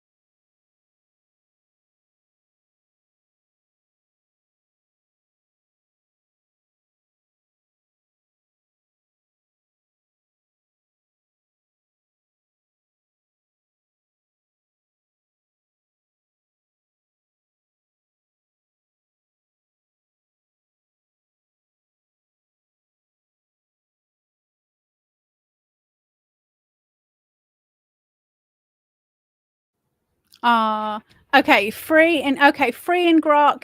Grok's not that good. He's still learning. I've tried some stuff in Grok and they're all kind of a bit, see, they've got that kind of weird sheen, but a cent, 1 cent. That's it. And to turn it into a video, you're looking at like maybe £1. Like that's it. It's insane how cheap it is. And I was looking at subscriptions and stuff a while back, and I was like, I'm fucking paying like 40 quid a month. Like when I don't know how to use it. Oh, every time I tried to use it, they came out weird because I was using the wrong thing. So ChatGPT is all right-ish. Grok's getting better. I really like Grok for stylized stuff, to be fair. The Clockwork Orange blog post had like stylized stuff, and I did a stylized Indiana Jones. So when you kind of like do old school kind of cartoony, he's really good at doing that. But actual images of people sometimes are a bit weird. But a scent, right? Now imagine doing all the stuff that we're doing on quantum computing and doing it with real-time feedback from the people you have digitally cloned. And they created every single person's digital clone in 2007. So almost 20 years ago. So we're just getting this technology now. And so let's just quickly nip back to Steve. And we also have the CIA lady who was talking about masks, right? What are we watching at the minute?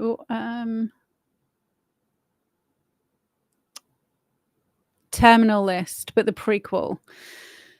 I really piss my off when we watch shows like this. So there was one of the guys, they were running away, and they changed their jacket inside. So they were a good guy, a CIA guy, had,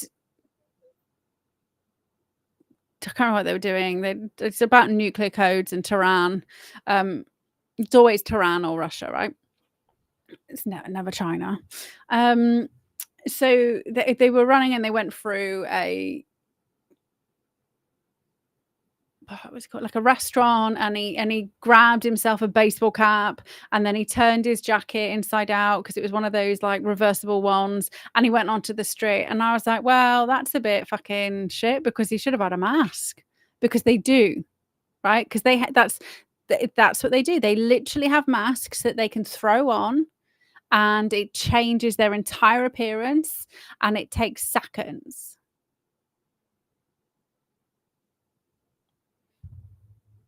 And so that's how they used to do it, right? So now, so they have that technology.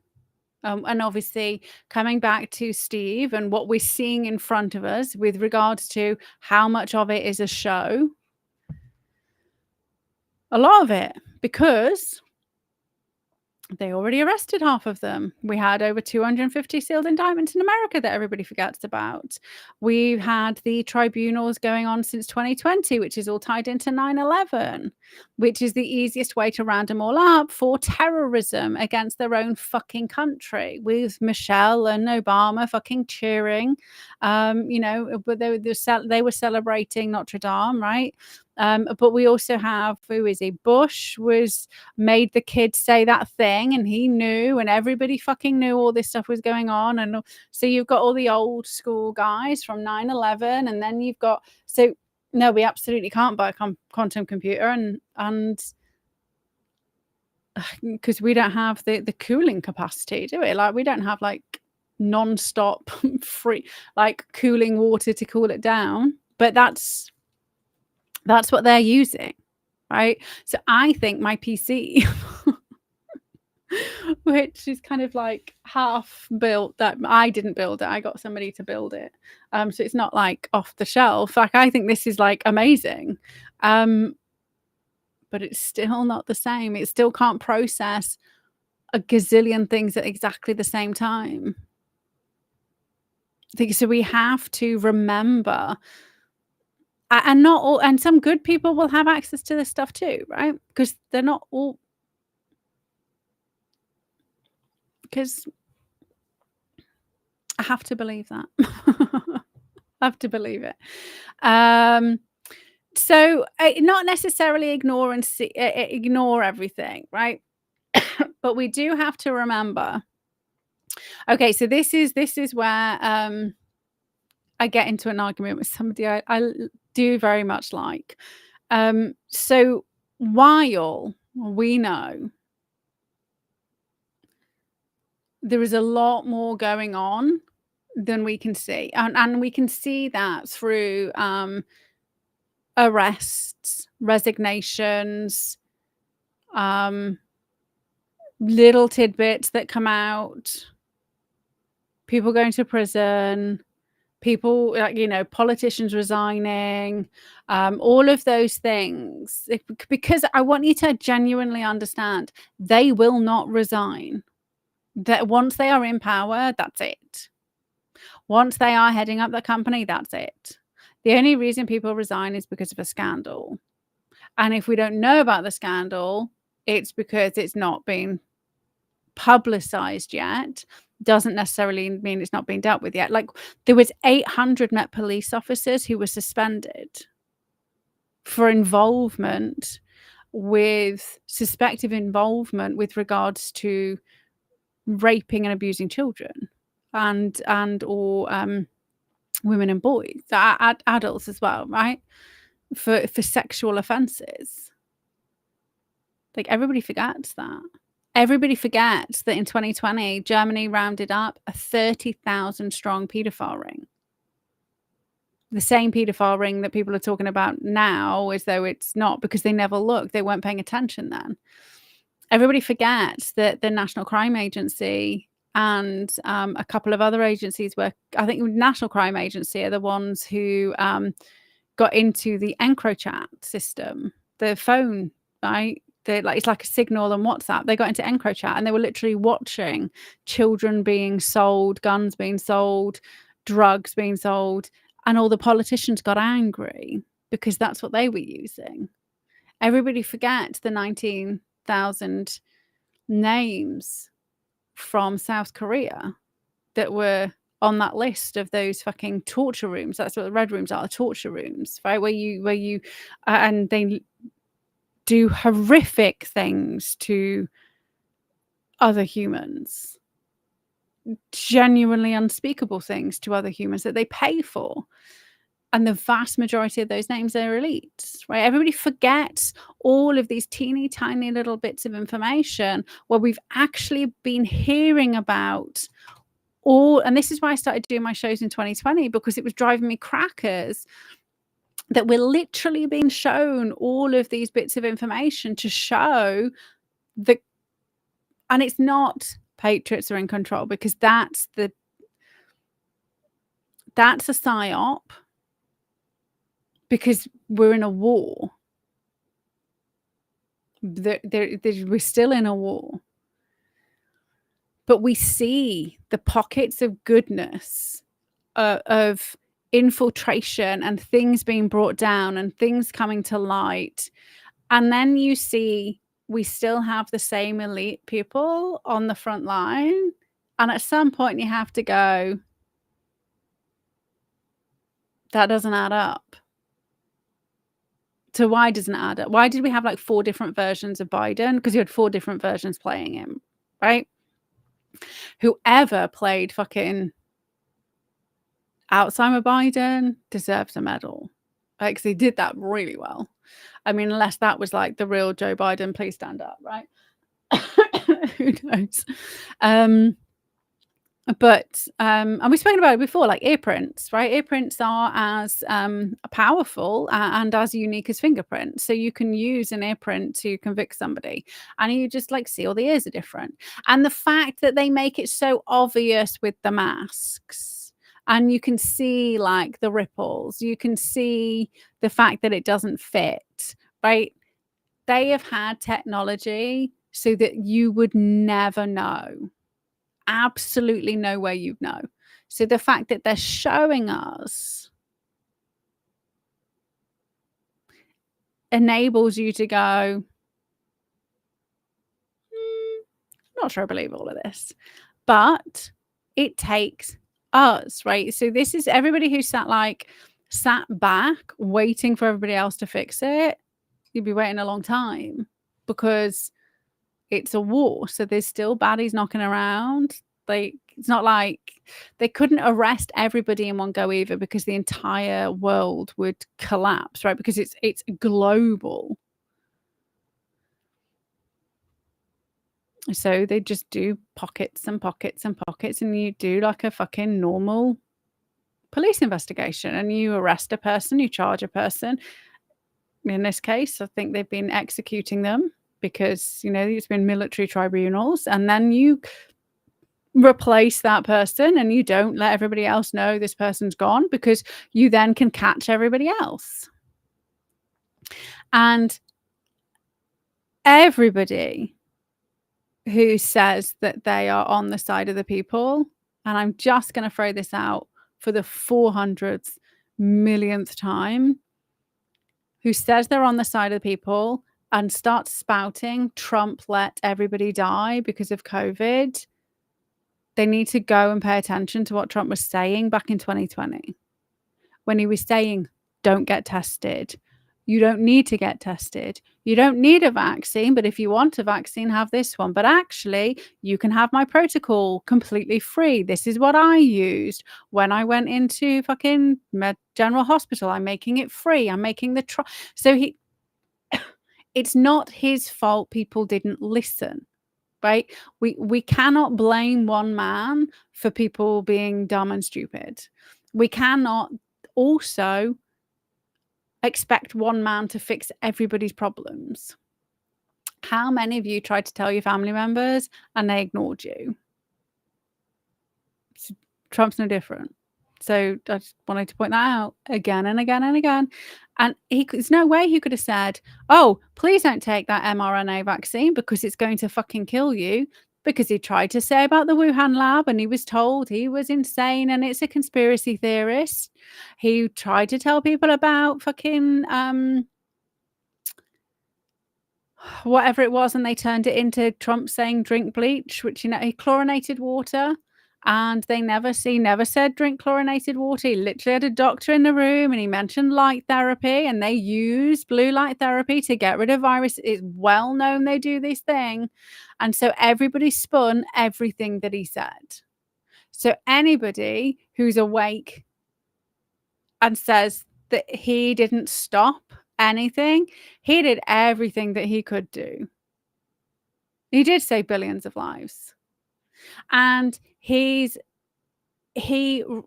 things that he said rippled outwards, which enabled me to say stuff, which enabled me to, and I know people who messaged me like saying they watch my shows and there's no way they're taking that vaccine. And they've messaged me since to say, thank you. Thank you, because I see family members who wouldn't listen. And I say, hey, none of my family would listen either, right?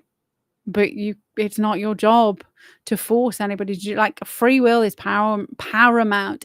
And this is why we are in the fucking shithole we're in. There's small groups of people who believe they know best, and it's their responsibility to decide. It's not their responsibility to decide. We have free will. Like, if you want to believe in anything that like a higher power is giving you, the only thing you should believe in is free will. You absolutely have the free will choice to do whatever the fuck you want. Do we have a moral and ethical code? Yes. Are we going to have things that we deem unlawful in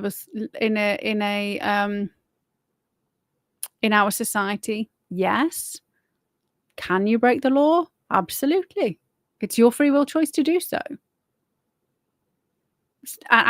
You have to believe that, like, completely.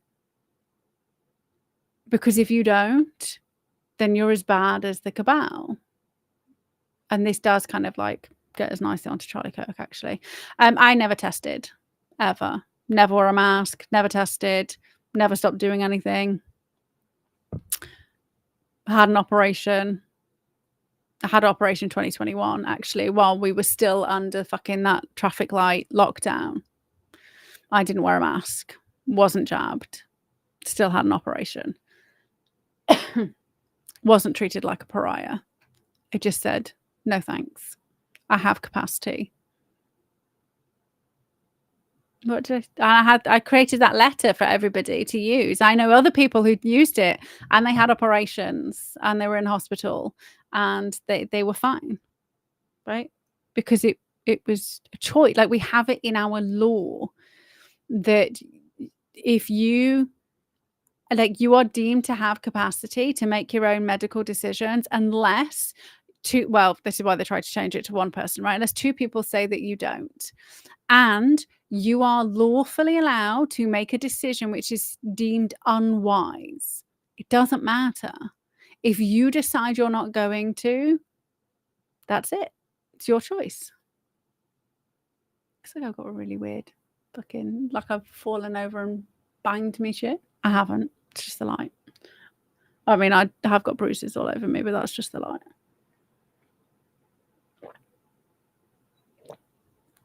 I went toe to toe with a freaking 6'2" policeman in Aldi, telling me that I had to wear a mask. I was like, no, I don't. Show me the law. Show me the law, right? If people just didn't have the balls to do it.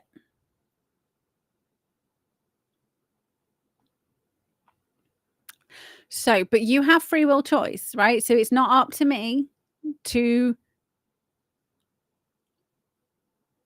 brainwash or psyop anybody into believing what I believe, because that's wrong. That's why we're where we are. So in order for us to be free, we have to have that as our bedrock, that people have a right to choose, rightly or wrongly. And we come together and we focus on being human. For those of us who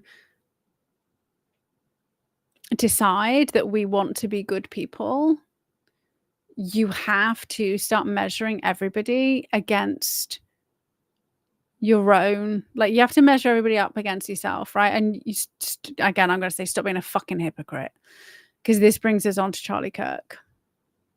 So I'm not talking about his assassination. I'm not talking about that, like all that stuff's unfolding. Everybody's talking about those things. I'm going to talk about the man and some of the things that we're not really talking about. But I want to categorically say it is 100% wrong for people to lose their jobs because they have behaved in an inappropriate way.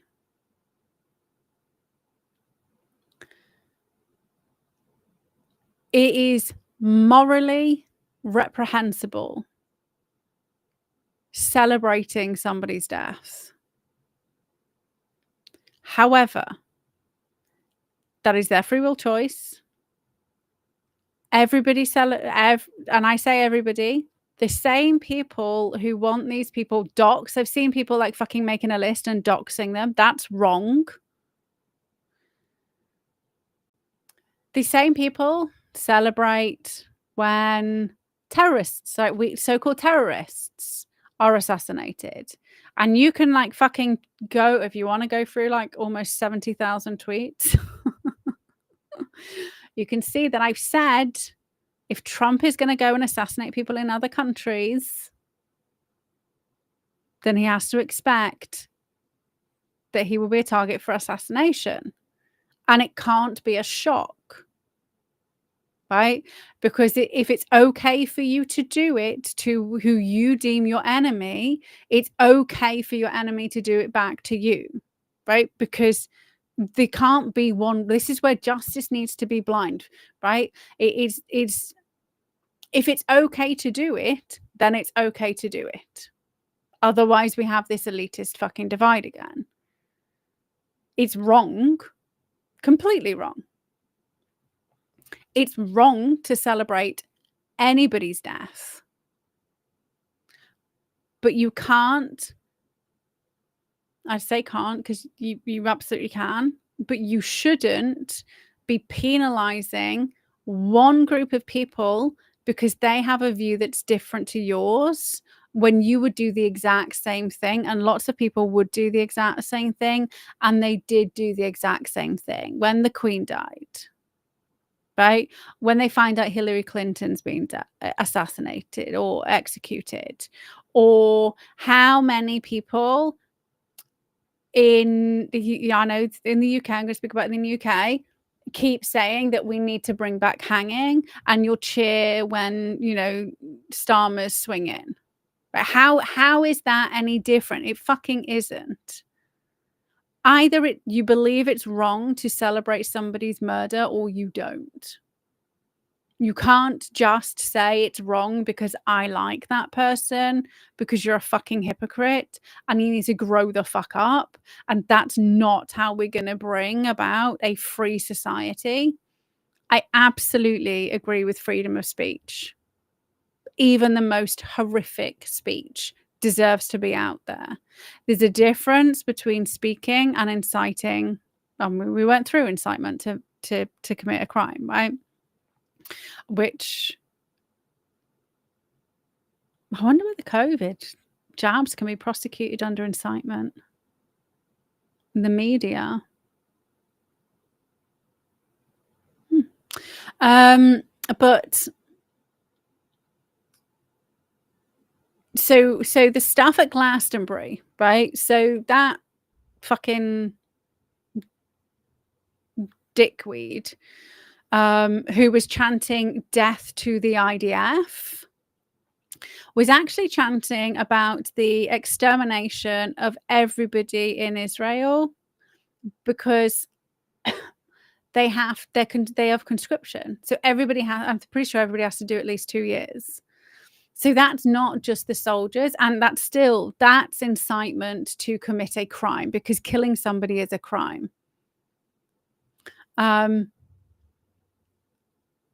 So inciting people to murder is a crime.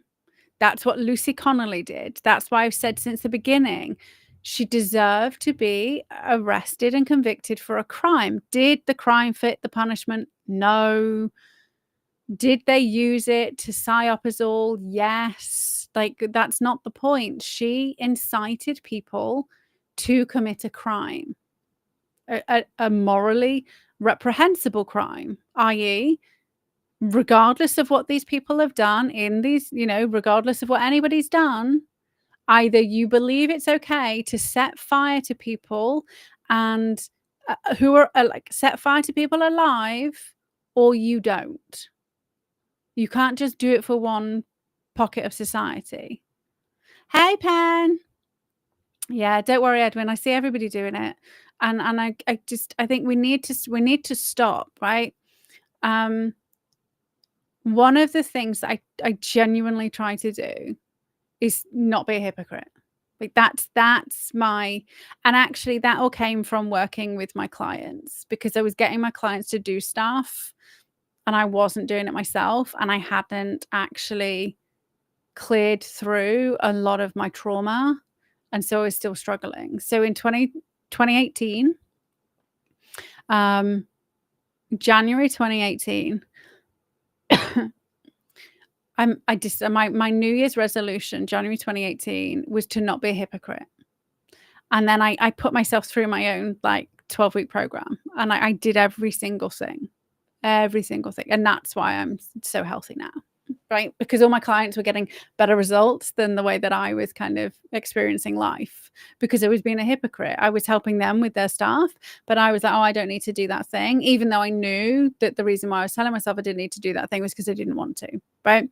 So that was the pact that I made with myself, was to just not be a hypocrite. And that really forces you to look at the things that you're saying and doing and decide, is it okay for me to do this? Because if I think it's okay for me to do it, then it's okay for somebody else to do it.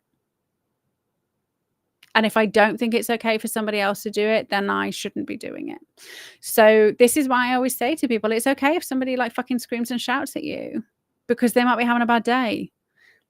I mean, did you possibly deserve it? No. Should they be doing it? Probably not. But is it okay? Yeah. Because it's okay if you've had a shitty day and you snap, right? Because we're human. But if everybody literally just woke up tomorrow and decided to stop being a fucking hypocrite, the world would be in a completely different place. Like, genuinely.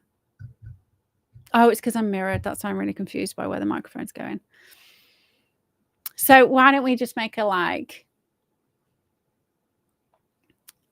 not eating your own recipe? Yeah, well, yeah, absolutely. I mean, I just eat meat. Well, I say eat just, like mostly eat meat. So I mean, but I know you were kind of, what's the word? Not analogy, metaphor. I don't know, one of those two. Grammar's not my strong suit. Like, you know,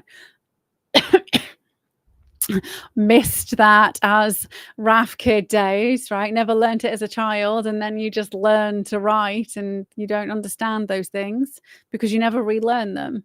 And then when you hit a certain age, it can be quite difficult to unlearn stuff that you brain. I mean, you can. I could learn these things. I have not taken the time or the energy to do it. Too busy doing lots of everything else. But like, for everybody that's here, make a pact from today. I choose not to be a hypocrite. You will be shocked at how much you do that you say is okay for you to do because maybe you felt bad, maybe you had a shitty day, maybe you're in pain, maybe XYZ. And at no point have you stopped to then consider maybe that's the reason somebody else is doing it. Like, it completely transformed mine and Matt's relationship as well, because I was holding him up to a higher standard, because I was expecting him to be like perfect. But it was okay for me to have a shitty day, right? So it will completely change your life, like literally just deciding to be a hypocrite. And maybe this will be the thing, right? So we'll do Charlie Cook last, and this can be the thing, like what did I say it was called? What were we going to do last? We normally do like mental health stuff. Staying calm while the world burns. There we go. 100%. Stop being a hypocrite. I guarantee you it'll change your life so much. That teeny tiny little switch. You will start to realize how much of a hypocrite you were, though. So, I mean, don't beat yourself up. You know, just like, you're human. Mistakes happen. Shit happens. You're not evil. You're not an evil person. You're human, and you did the best you could with the information that you had. Now just make a new decision, make a new choice. Okay, so not being a hypocrite is how you're going to stay calm while the world burns. And actually, I think this is whatever we're going to talk about, we can do next week. But I think that's going to help you the most with everything that's going on right now. So yay to my crazy brain. Okay, so we'll just finish off with Charlie Kirk. And again, so I'm not going to talk about the assassination because I'm not going to get into whether that was fake, not faked. Like, do I think they have the capacity to do that? 100%. Do I know they did? No. Does it matter? Not really, because the point is the reason for it happening, right? When we look at the event, we miss the reason for it happening. So whenever something happens, they've already, this is predictive analytics, right? So you want a specific outcome to occur. We're going to say it again. So they want the civil war, right? Which is why they did the rally in the UK. They did it ahead of Trump coming. Charlie Kirk was assassinated just before it. I mean, so timing's everything. And done in 30, I think, is today, right? So I bet it's actually, it says it's on my calendar because I couldn't quite work it out. It's today, tomorrow, or the day after. So maybe it's Trump's state visit. It's on the 17th. Anyway, so the actual, and I have been digging into the assassination, by the way, but I just don't like it. I always try to come with regards to the psyop, right? That's what we're looking at, because it enables us to see things from a bigger picture perspective. When we dig in and we look at just one teeny tiny little, we miss the point of it. They don't do things randomly. They allow things to happen. They stoke the flames. They engineer things to happen because they want a specific outcome, right? So we'll go back to like basic sales and marketing training. If I want you to buy something, I need to have a really good fucking offer first, right? I need to make the offer so amazing, you absolutely can't consider what your life would look like without it, right? So I have to make a compelling offer. And I start with the offer, right? This is the difference between good sales and marketers and shit ones. Shit ones will kind of start with their product or their service, which is not the same as an offer. So real life examples, we have digital ID is the product. The offer is safety. No illegals. Children not being raped. Faith in the police force. So you see like product offer, right? So you have to know your customer. So when it comes to the cabal, they know the product. They tap into their quantum computers.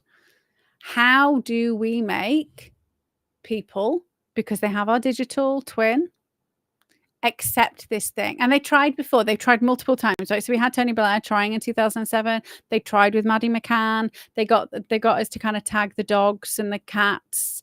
They tried again a bit ago. So they keep trying because their manipulation, that whatever they put in place isn't working.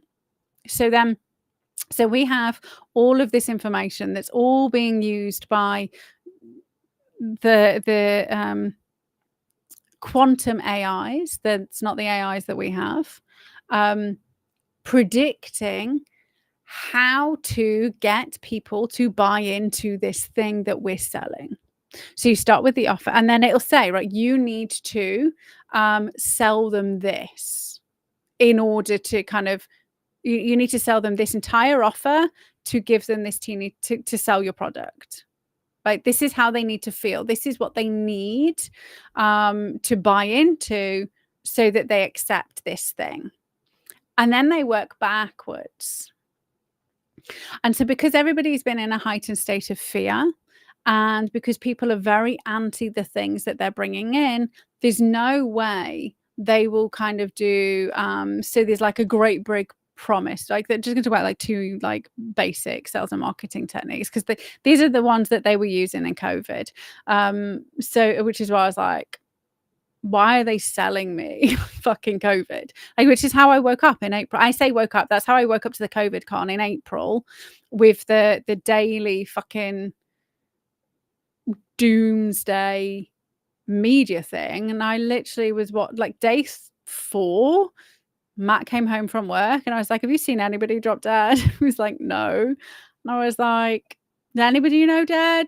He was like, no. And I was like, they're selling me COVID. Like, I've not heard any ambulances. Like, none of our old people are dead. Why are they selling me something that's killing people? Like, you only need to sell it and create an offer, like, if you are convincing people. Like, why are they convincing me this thing? Like, that's literally how I figured it out. And then I started like researching, and I was like, it's not worse than the flu. This is fucking weird. So you have your offer. You have your thing that you want to sell. Then you kind of package it into an offer. Then you either do great big promise, which is you kind of like you use to a hot or a warm audience. So these are people already invested. So think about the rabid people on the left, right? So they're all great big promised with this fucking utopia that communism is going to give them everything that they want, that house that you want you can have, that universal basic income, that you can work in whatever job that you want, and you can be rewarded for it, and nobody's getting more, and everybody's equal. And at no point do they consider that is just fake, like This never happened, not because the wrong people were in power. It's the same fucking argument. Every time you speak to somebody who say, "Well, they were bad communists." I was like, "Okay, it's not because communism doesn't fucking work. They were the bad communists, right?" So just like, can't. So they're being sold Great Big Promise, but they're already in, right? They're bought in on the con.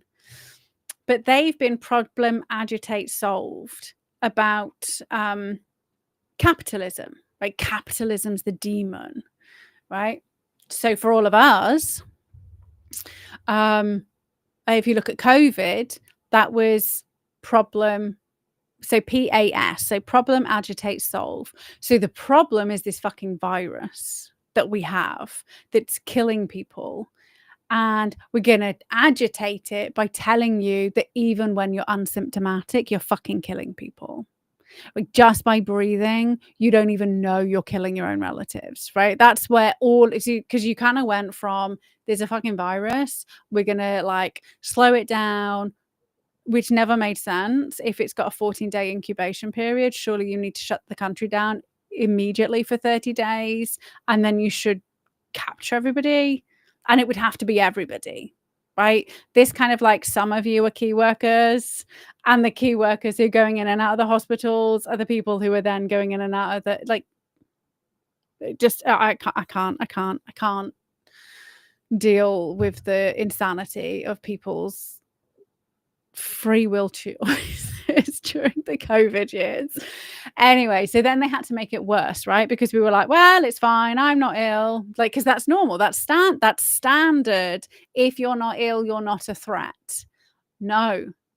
Now we're telling you what's worse. What's even worse is you don't even know you're killing Granny. And that's how they got the children, right? They terrified the children that they were killing their grandparents and their parents. And if you go home now without even knowing it, that's it. Your grandkill's over. And then how many grandparents died because they were fucking old? And how many children are now growing up believing that they did it because maybe they forgot which song they were singing they were supposed to sing while washing their hands, right? The actual psychological abuse that that society conducted on children was off the charts, that still people do not comprehend how fucking evil and twisted that was, and still is, with the parents who still believe it. But how many children's grandparents died of old age that they will continue to believe is probably their fault, because that's what young children believe. Bad things happen because of them, because that's literally how kids' brains work, right? Because they're children, they're not fucking adults.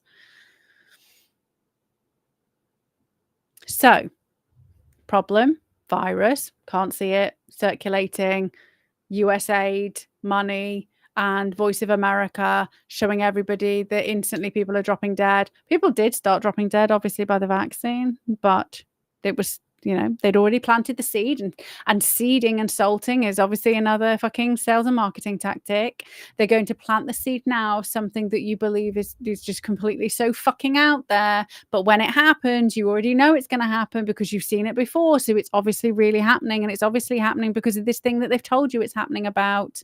So it must be that thing because we trust the government, right?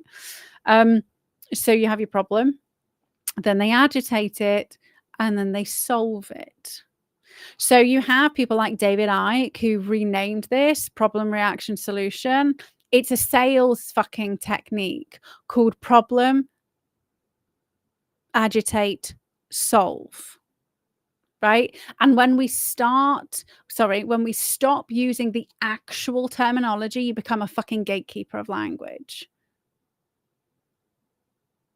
It's wrong. Like, it's a sales tactic. It's been passed as like the gold standard. I mean, there's also ADOS, right? Attention, desire, attention, interest, desire, AID. ADOS? I can't remember. And you end up with like action. I don't know. There's like multiple fucking so ADOS is another one which is really kind of commonly used, right? This is why when you go onto sales pages, they all kind of like look the fucking same, right? It's because you use a formula that works, because it uses human behavior to get people to take action. So people need to stop fucking rebranding things for money, because it's wrong.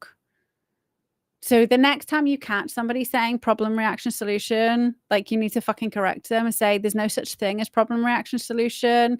It's problem, agitate, solve, and it's a fucking sales and marketing technique. So stop ripping people off and giving people the actual fucking knowledge they need, because when you understand it, and not from, oh, they have a problem, they create a reaction and they start the other way round. Like, if you want to be an effective sales and marketer, you start the other fucking way round. And this is what quantum computing and predictive analytics is doing. It's figuring out, what do we need to do? How do we fucking put the fear of God in them?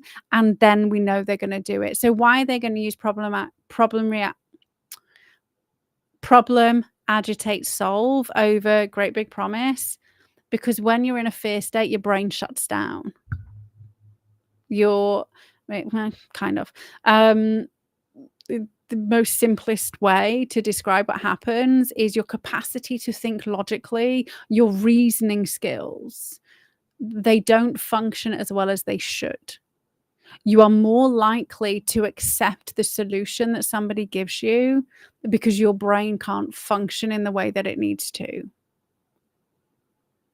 So that's why they use it. And when people understand it's problem, agitate, solve, and they look into the sales and marketing and sales psychology behind it, then people understand why it's so fucking important. The only thing you should really be doing is concentrating on being happy, because when you concentrate on being happy, and again, I spend like 3 weeks, 3 hours a week getting really angry. So when you're happy, your logical brain works and you see the shit for like what it is. Like, you just see it. You're like, wait a minute, it doesn't make any logical sense. That's why I'm grateful that back in 2018 I decided not to be a hypocrite, because I probably would be jabbed. I probably would have agreed with everybody calling people fucking terrorists for murdering me. Right? Because I would have been in a fear state, because I would have still had my childhood abuse and all of that shit flying around my body, fucking with my atoms, lowering my hum, my atomic hum, keeping me fucking in that fear state. And that's why they had to ramp it up over and over and over again. That's the only reason the Rona years was every single fucking day telling you how many people were dying. Everybody was dying of COVID, right? Nobody died of anything else. The flu didn't disappear. The flu was still there. It was just renamed, right? So people who say, oh, the COVID, and actually, funny story, it probably did disappear, because coronavirus actually does wipe out the flu. So if you have the flu, what you want to do, I mean, go lick somebody with a cold, right? Give yourself a cold and it'll kill the flu. So they probably didn't just rebrand. And so for anybody who doesn't know that, then you just haven't looked into virology and understanding coronaviruses enough. Just gonna throw that out there for everybody who keeps telling me. Anyway, Charlie Kirk. So why was he, I mean, timing, done in 30, Trump state visit, we're about to hit October. They do like October surprises, right? We also have the timing of the initial Q drops. Oh, shit.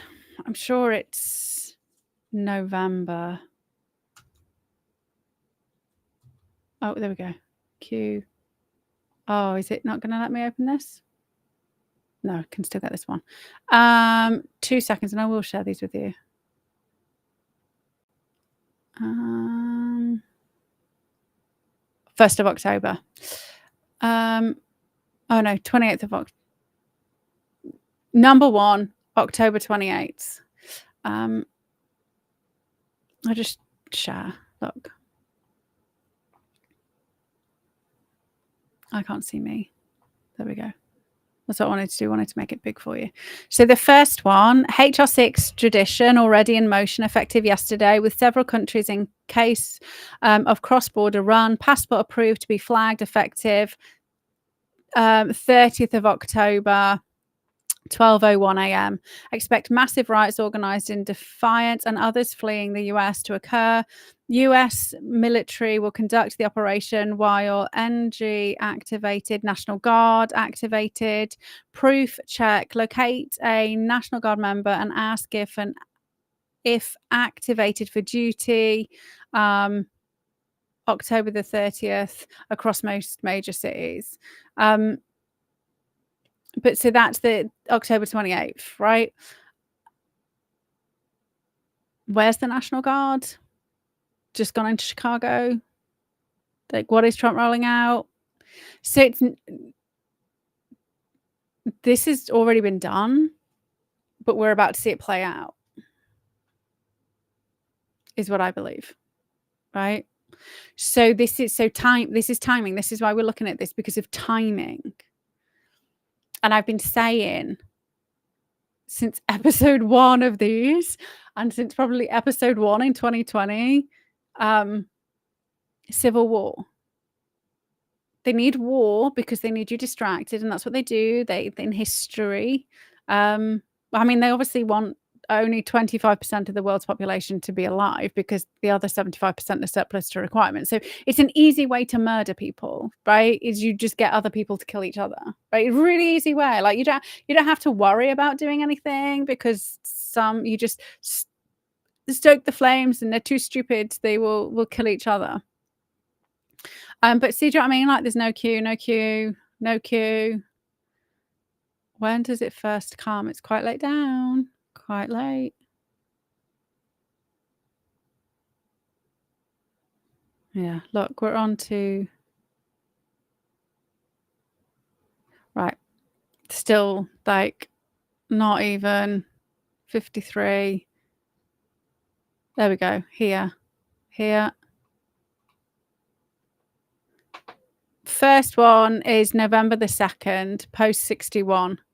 Please refer back and collect crumbs. As discussed, we've anticipated the Twitter and other social media blackouts, rogue agents or programmers. But obviously, Musk has Twitter now, doesn't he? So, per sealed federal orders, we quickly tracked and reinstated, right? So that's past tense. This isn't like we will track and reinstate. This is like past tense. Expect outages periodically infiltrated. If this doesn't signal what I've been saying, I don't know what will. And then Q is saying, like, we've fucking got it all, in my genuine opinion. And then it's not on 62, it's not on 63, and then it appears on 64, right? So it's not on every single one. It's not on these ones. It's only on very specific ones, very early on.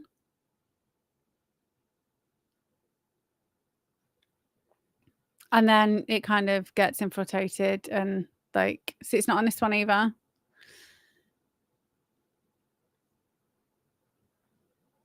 So I don't know. I can't share this and it's not like I've tried it just gets deleted. The link, every time you try and share the link, it doesn't let you. I don't know how to.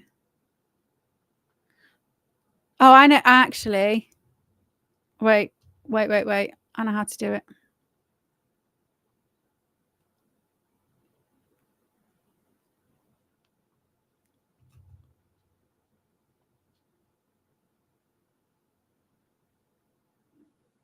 There you go. And I'll leave that up. So you can kind of grab it. Okay, so timing. So we had done in 30. We have the initial kind of Q drop. We also have Halloween, right? So Halloween is a big fucking time for the baddies, which is like sacrifice. We're about to have fucking, it's like harvest time and not Midsummer, the other one. So we got it's really celestial, and that's what they kind of like dive into, right? So war. And they can't do world war because Trump's going around and making peace. What they can do is start civil wars. So nobody's talking about Nepal at all, which I don't fucking understand. And that was obviously like fucking George Soros, Open Society got their fucking fingers in the pies in 2021. Nobody's really talking about fucking France, which is gonna collapse, and they're about to bail out. Remember, I was saying they're gonna collapse. It's gonna be a fucking IMF bailout. 10 days later. And not because I'm an oracle. Matt choked you, the oracle. It's not. It's because I'm paying attention to what they're putting in mainstream media, because they are salting what's coming, and they use it as a method. The same way that people were having conversations on the keyboards, that's what the media articles are about. And obviously, when they put the word numbers 33 in there, that clearly states to whoever's ordered whatever to happen that it's been conducted as discussed, right? That's all that means. It's the secret code, which is not so fucking secret, to say, well, it's done as discussed, fucking pay me my money, right? Which is always put in the media. But I'm going to take that ticker off because it's making my eyes funny. So why then? And back in 2022, Tor mentioned there would be a sacrifice of somebody close to Trump who the conservatives loved. Would be a spark, right? Because that's what they do, right? We've seen that with Martin Luther King, with the Malcolm X, like that's what they do. They assassinate people and spark a war, spark a riot. The problem is the conservative side are majoritively working class people who don't want war, who aren't fucking insane, who can't be stoked in that way.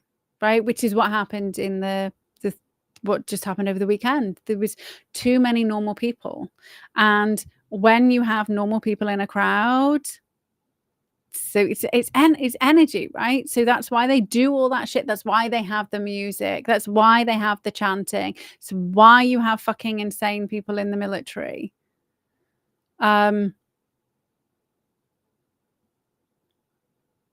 Is energy. But the energy from the people who were there was one of hope, one of love, one of peace. And so it didn't work. And that's why Trump's assassination didn't get the stampede, because there was too much love in the room that then everybody went to holy shit, but their brains were turned on. It wasn't like, fuck, we're all going to die. It was a realization of the singular event. Like, because that's what they want. I mean, I know somebody else did die, but what they wanted was mass panic. Okay, so what we had that in Hillsborough. Like, you wanted to, like, stampede, like mass casualties. Because they want anger. They want war. But so Tor predicted back in 20, and obviously, you know, I was like, oh my god, that's got to be this year. It's not. Like, the events will happen. The timeline shifts, and the timeline shifts depends on us, right? On how quickly we do things. And actually, listening to one of her shows a while back for like the third time, in context with a post she'd done, I got it. Oh, actually, no, I figured it out. So I'd kind of been listening to it, and it was the kind of whole, I was getting angry at the whole secret society stuff with the whole, Jesus passing stuff in parables. And I was like, why aren't you just fucking speaking in plain English? And one of the things that, and I don't think many people kind of cottoned on to this, is what Tor was saying, is if the entire world woke up too soon, we end up with this just like mayhem, right? Nobody trusts anybody. And there is like mass instability because there's no fucking guiding light. So it has to be done staged. It has to be done managed. It has to be done bit by bit, drip by drip, with people figuring it out on their own. Because otherwise everybody ends up in catatonic state. So if you go too slow, it's too late. If you go too quick, the world's fucked. So when she says timing is everything, but then the baddies, timing is also everything, right? So it's not like everybody. So I know it was like, you want to rip the fucking bandage, the plaster off, and everybody wants everything now. But you would cause that Hillsborough stampede. Like the economy would collapse. The world fucking would collapse. And then I don't know whether you've seen the thing where it just takes 10 days for, like, so if the world collapses, right? So if everybody kind of finds at exactly the same time and people don't go to work, then there's no fucking power, then there's no food, then there's no, like, it doesn't take long for society to completely fucking implode. In fact, it takes 10 days. So when you kind of understand things from a genuinely wider perspective about why it has to be this way, like, it's the way to save with least casualties. Like, when you're in a war, there's always casualties, and you have to mitigate as many risks as possible. But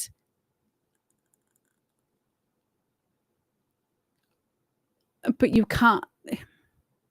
The only way out of this mess is when everybody wakes up, and there will always be that 6% that just never does, right? We spoke about them before when we were talking about the bell curves. But other than that 6%, the only way to guarantee it doesn't happen, which has never happened in our recent history, right? It's always been one group of elites overthrowing another group of elites. And this is what you get with like Flynn Network, is one group of elites overthrowing who they see as the bad cabal, like nobody having actual free will and freedom. The only way that happens is with the people waking up, and the only way that happens is through a managed process, which wakes up set numbers of people at set times, so that there's always people there to kind of nurture and guide people, so people don't feel crazy, but actually it's not too quick that everything collapses. So it collapses if nobody wakes up. Well, we all get massacred if nobody wakes up, but it collapses if we wake up too quick. So just bear that in mind as well. So what I was actually looking into, like 39 minutes later, with Charlie Kirk, right? So what I wanted to look into, because I've seen, so Tor was predicting somebody would die. She also started kind of dropping bits, not great stuff about Charlie Kirk, but also very much like she did with Tucker, saying, you can atone, you can repent. I mean,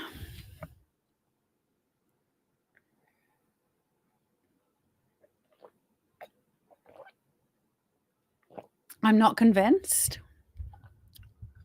Charlie Kirk ever would have, from the things that I was digging into. I also want you to kind of just have in the back of your mind, if you've done a deal with the devil, the only way out is in a casket. It just is. Like there's no coming back from the contract that you made with sick people. They don't let you walk away. I mean, if your bloodline, they tend not to murder you. But if you're not bloodline, then it's fucking easy. You don't mean anything. And the reason why they actually don't kill bloodline is because it's the gene. Like they need the genes. But that's it. It's just selfish reasons. It's not because they respect you more, like in any way, shape, or form, is they might need your DNA at some point. So you might be like locked in a cupboard somewhere, but they're not gonna kill you unless you like just can't be controlled anymore. They usually just like ignore you. So I wanted to look into Kirk's Israel shift. I'd heard things about him gatekeeping for Epstein. Obviously he was taking money and not showing up for events, and that was kind of all over the place quite a while back. Also very early connections to JD Vance, Tucker Carlson, and Neil Patel is something that kind of like it never even occurred to me. Neil Patel was part of the elite racket. So for those of you who don't know, Neil Patel has software as it's SAS, software as a service, and he actually he's been buying stuff up. So there was a website called Answer the Public, which used to be completely free, and it was a great site. And you basically kind of like put any question you if you were trying to sell something, you would type in there. Maybe if I'm kind of like dealing with anxiety, I would just put the word anxiety in, and it would tell you all the questions people are asking about anxiety related questions. And it was how I kind of, when I started, before I got removed from the internet, my original kind of business blog kind of was getting like 1,500 to 2,000 people reading it every single week, from this kind of like no named website. Is because I was using Answer the Public, and I was literally going, okay, well, what are people googling, and how I literally used to call my blog that same thing, and then that's how you did it, like zero advertising. So he bought that up. He's also bought up other SEO tools, and you have to pay a subscription, and it's like kind of buying them all up, and now you have to kind of pay for them all. So it was interesting. So it's gatekeeping information, right? So that used to be free. And you can also search on Google Trends. It's really easy. You can just type like anxiety in the Google search bar. And I don't personally use Google, but the lay people, majority of lay people do, right? So if you're going to sell something, that's what you're going to use. You're going to use the tools that the people use, and you can just type the word anxiety in, and then you see what comes up. And you can do the same thing on YouTube as well. So there's some kind of like sneaky sales and marketing advice for anybody out there who's got a business. But I kind of wanted to try and figure out the why, right? Why? Because why now? Like it's war. They have to have war because they're in the end game. But why Kirk? Because he's not beloved by everybody in, let's say, like the MAGA movement, right? He isn't, and he hasn't been because of his views. So he's not. So we've got lots of fucking hypocrites at the moment, right? Because they're like, oh my God, I love it. And I was like, wait a minute, I saw your feed like 3 weeks ago. You fucking didn't love this guy. So with regards to Israel, so TP USA was founded in 2012, pro-Israel via evangelical Zionism, right? So I didn't realize he's an actual fucking Zionist, or was, sorry. He visited Israel in 2018 and 2023. And do you remember we were talking about all the influencers who were getting paid in 2023? Maybe $1,000 a video. They were charging more than that. They were given a prescription of things that they needed to speak about. He backed the embassy move, calling it a key ally. But then in 2023 to 2025, he started criticizing Jewish philanthropy, and talking about anti-Semites, and started talking about the elite Jewish culture and cultural Marxism from November 2023. And this is bearing in mind TPUSA, so Turning Point USA, was founded on like Zionist, like that's where the money was coming from. So he didn't just. So we have to start asking, well, who was funding him in 2023? Like, why did he change his mind? Because in 2023, that's before all the kind of like all these Gazans are starving, right? So in 2023, he started changing his mind. So who's funding him now? Who bought his contract? Because he was created, because he created this TPUSA when he was 18, dropped out of college, kind of like, you know, we've got the whole Zuckerberg creation story, the Bill Gates creation story, connections to elite circles.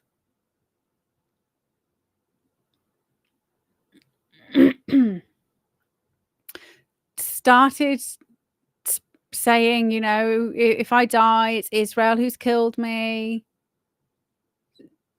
So who's now paying him to go against everything he said for the last 10 years? And this is before the peace deals, right? This is 2 years ago when it was a different climate.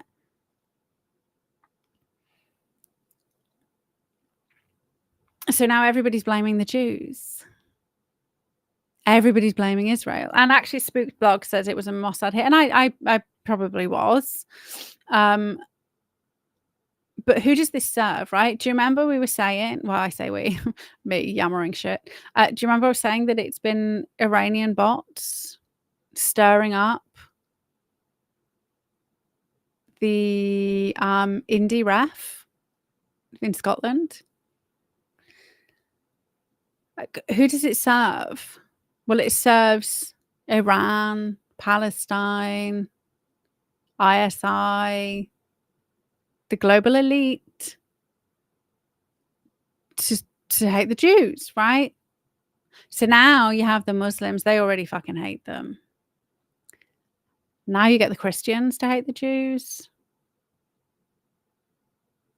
Because they're not Jews, right? Okay, so let's just interject here. The elite cabal, sick fucks, they're not Jewish people in any way, shape, or form. They, if you actually track back through history and you actually look at shit, they just said they were, because they weren't.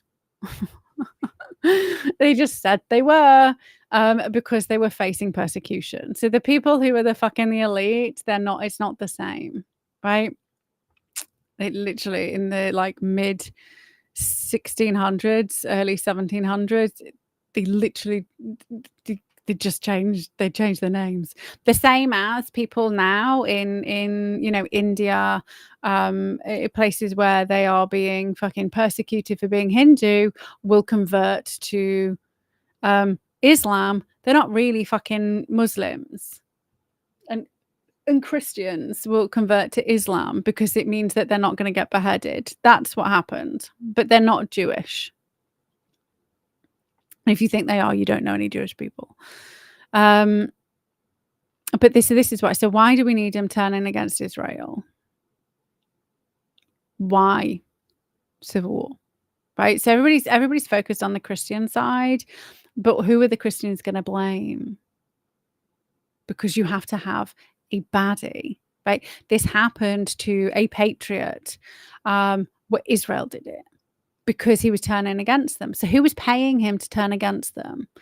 And he did not see that him turning against him would be the thing, right? So whoever's been circling around him, who opened his eyes, well, you have to find out who was paying them. And I don't know, I haven't looked into it, so I can't, but this is just like food for thought, right?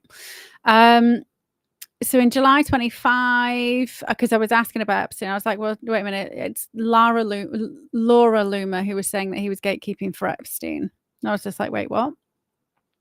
So he was pushing the file release in 2025. I'm saying it was a cover-up with regards to the client list, the suicide, talking about Khashoggi. Khashoggi is the arms dealer who also, with the whole yacht thing. And if you ever watch I think it's 1980s, 60 Minutes into Nygaard and Jean-Luc Brunel, one of the girls in there talks about how she was sold to Khashoggi for like a weekend. I don't know whether it's the same Khashoggi, but it's been really big. I'm pretty sure it's the same fucking Khashoggi. Anyway, and I know there's not just one, right? There's multiples, but there's a Khashoggi that they were kind of and there's the arms dealer and the one that was executed, but so that's an Epstein link that people maybe not aware of, don't kind of think about, and then obviously when Trump then said people need to stop talking about Epstein because it's obvious that there'll be lots of shit in there. They had the fucking Biden bot who wasn't in control had the files for fucking years. Anyway, so then everyone's saying, oh, that's why he started shilling for Epstein. It was because of that. I was like, okay. Oh, also, I don't think the guy deserved to die, right? I've already said, like, nobody deserves to be assassinated, but also the other people don't deserve to be doxxed and all of that other stuff, right? But just to kind of reiterate, if you've come late to the party, I'm not condoning his assassination. I'm just trying to figure out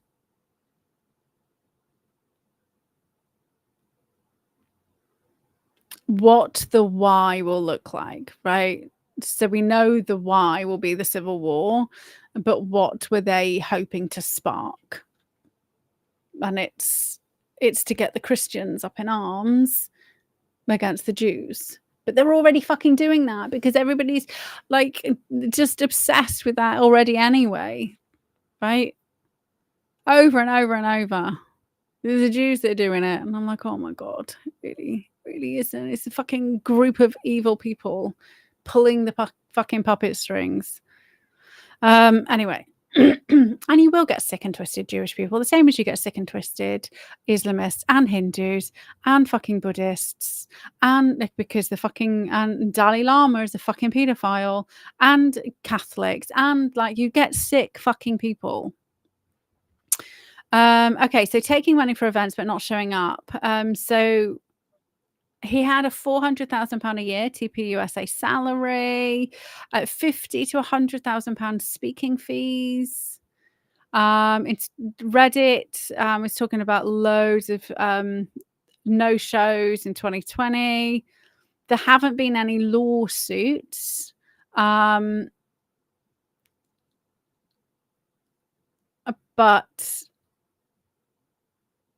there was a 1.5 million that Tor mentioned years ago. And I can't remember whether it was, I'm pretty sure it was to do with the elections, when everybody was fucking taking shitloads of money saying, we're going to do this for your election, we do that for your election, nothing happened. The same as all the fake lawsuits in the UK. So like Bev Turner's. How much money does she raise? Hey! So all of those, like, so kind of, but there was 1.5 million that he took for an event that never turned up, and I'm pretty sure it was around the election. Obviously, Grok can't find it because it was Tor mentioned it in one of her shows. But I broke Grok, so I couldn't plug him into Tor said. So they've raised 2.8 million already since he's passed. And all the people now who are kind of on TikTok, my son, my husband's never been to church. Now they're going to go be good Christians. And so we've got all the good Christians who now hate the Jews. Right? This is where we're going. Hey, Vic. Oh, you think it was around J6? Oh, he was supposed to show up on January 6th and didn't? Oh, interesting. I knew it was like a while back. Thanks for that, sweet. But yeah, so now we've got the rise of the Christian and what was Hitler? Can I just could we just go there? I mean, obviously, other than a junkie and a psychopath and a puppet, right? But that, and if you look at Rwanda, I've mentioned Rwanda before, the Catholic Church was fueling the fucking Rwanda civil war for decades. Part of the propaganda. Like, what do we have in this country? The resurgence of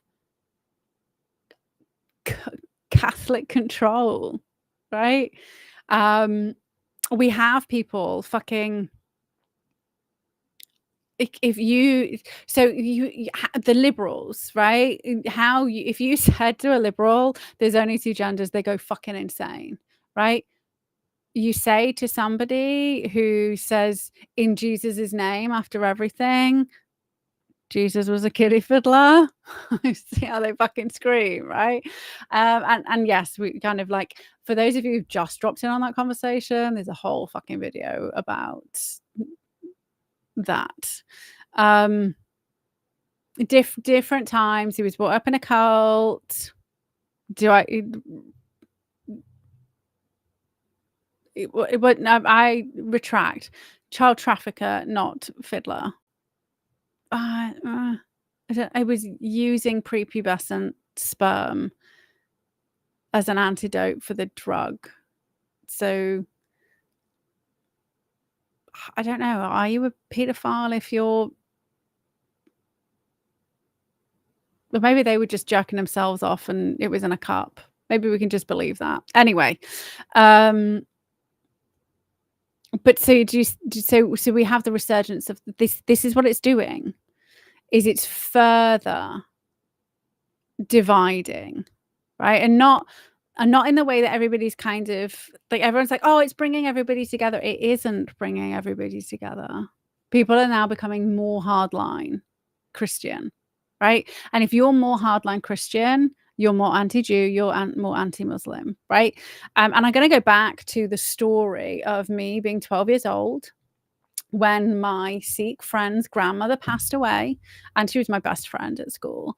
Her grandmother passed away. There was me and then two others. Well, my friend and two others. And the one, it was a born-again Christian.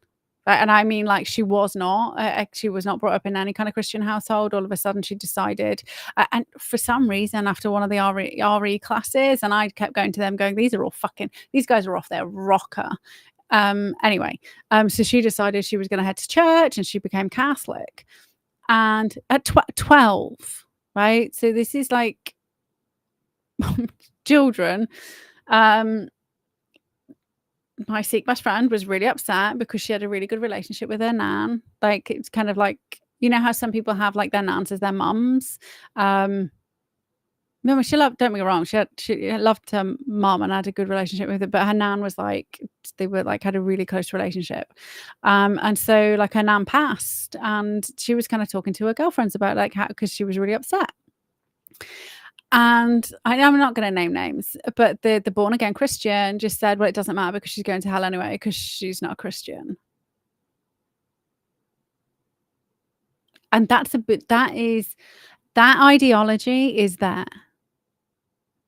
It's as ingrained as the ideology in Islam that infidels and white little girls are there for the raping. Right? These are hardline ideologies that you cannot reason out of somebody.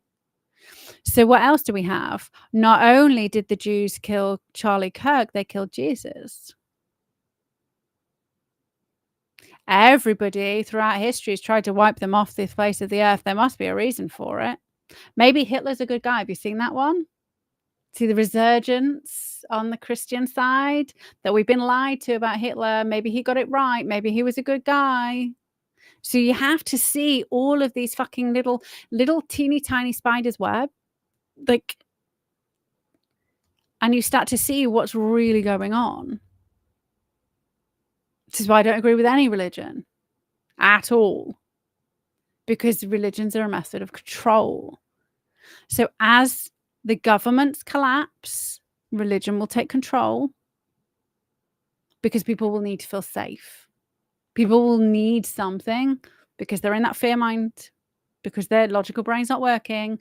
They will need something to hold on to. What better than the thing that's guided our Christian values of a nation, right? That's what they want to re-pull in. What are they bringing in with what are they trying to push in the UK? The Bill of Rights. What's this Bill of Rights going to be built on? Christian values.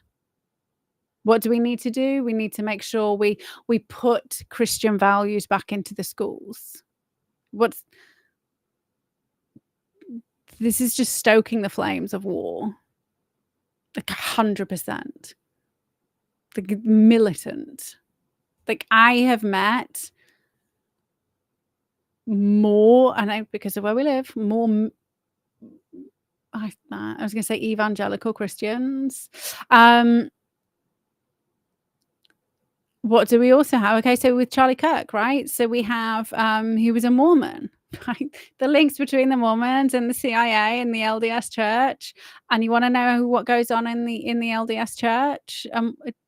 Child trafficking, pedophilia, human sacrifice. And this is not all of them, right? Because a lot of them don't realize this shit's going on, but this is what's going on in the inner circles. This is what's going on in the fucking satanic, absolutely fucking evil-eyed satanic LDS Church, literally, which has got pedophiles, like just like if you look into it's insane.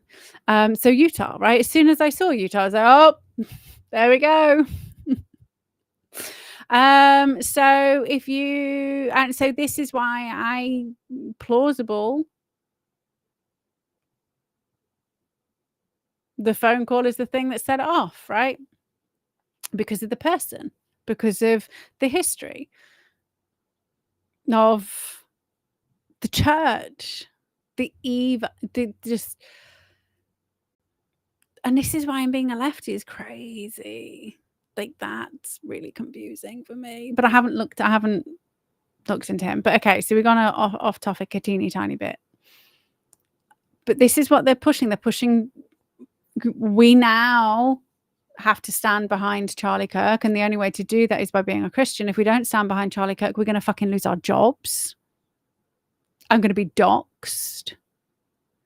I have to forget all this kind of really strange, dodgy stuff. I have to forget the really fucking weird shit his wife's just done. And people, when they're grieving, they do very strange things. That is 100% true. And it is really important to recognize that when they're grieving, people do really strange stuff. But at no point do I think if Matt was in a casket, maybe 24, 48 hours after being assassinated, would I be holding my mobile phone in one hand and recording and then live streaming? Right? That just... the normal, I say normal because everybody's different. We have those weird bell curves. Everybody's on these fucking outliers. The normal reaction is to withdraw when you're grieving. You go into shock.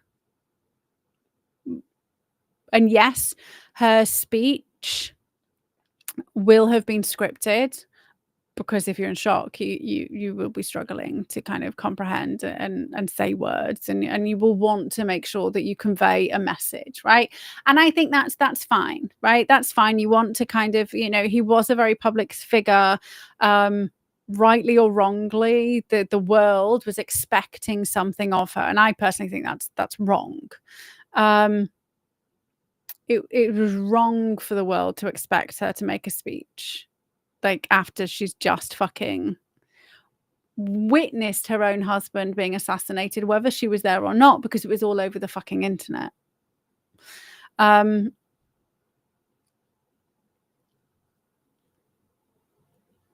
the casket thing,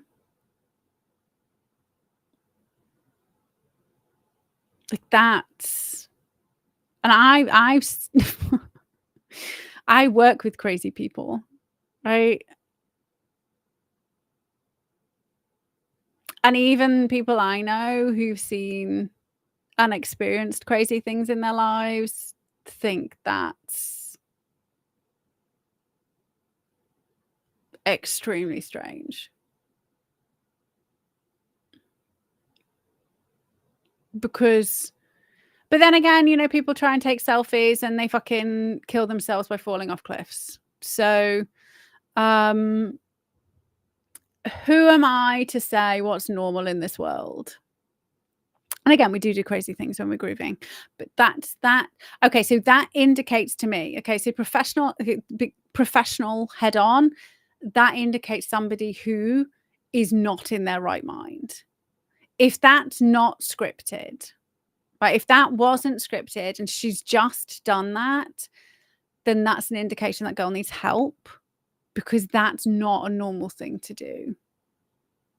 Yes, the speech, I get that. She would have had to, she felt like she had to. She owed it to the people. And, people have just given her fucking shitloads of money, right? So maybe there's a bit of guilt there. Maybe she doesn't want to be isolated and alone. Like that, I get that.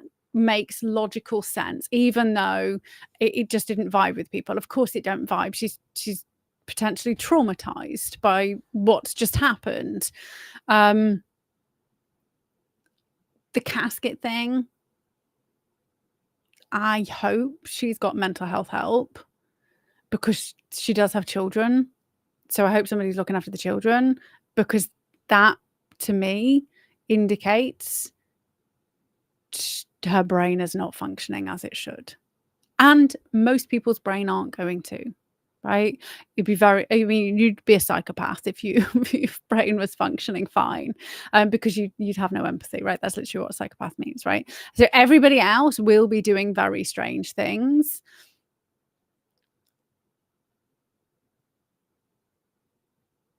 Yeah. So then I also kind of looked into JD Vance, Tucker Carlson, Neil Patel from age 15. So, and this is where things get spicy. So he met Tucker Carlson and Neil Patel between 2011 and 2012 via Foster Freese. I can't remember who Foster Freese is now, because that was like 4.5 hours ago. Let me just, sorry.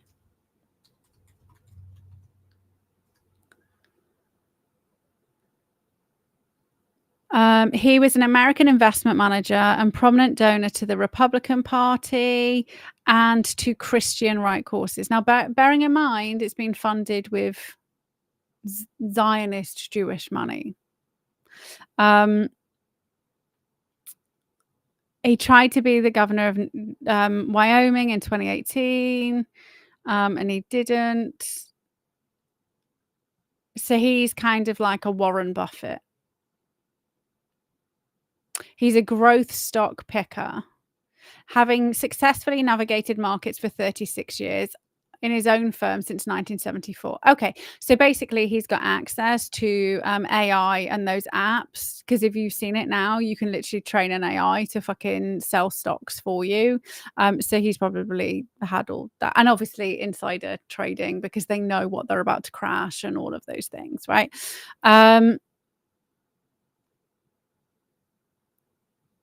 He died in 2021.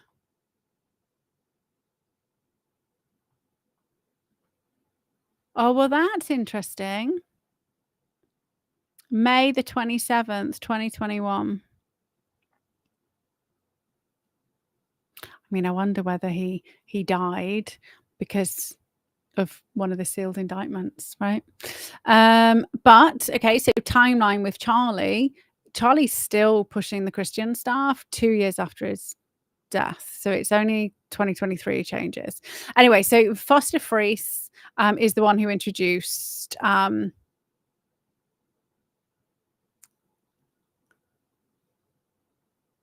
Kirk. So then you have to go, well, how did this 18-year-old school dropout know this fucking own firm stock market fucking guy? Because I don't know any of these people, right? It's not like I was just like, oh.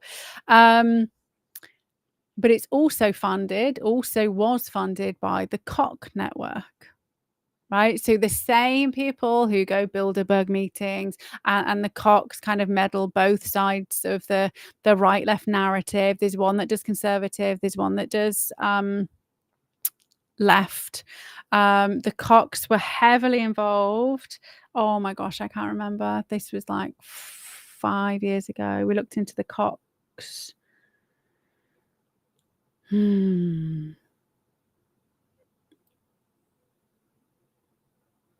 You'll have to kind of revisit it because I can't remember. It was too long ago. So these big fucking global players happen to kind of introduce it all to this guy, right? So and enable him to create this thing called Turning Point USA. So he's the figurehead. That's all he was. He's like the Zuckerberg. That's it. Then he had a good relationship with Vance from 2017. And so what do we know about Vance? We know Wexner, we know Ohio, we know Peter Thiel, which then ties into Eid Mubarak and Epstein, and we kind of like did them the last few shows.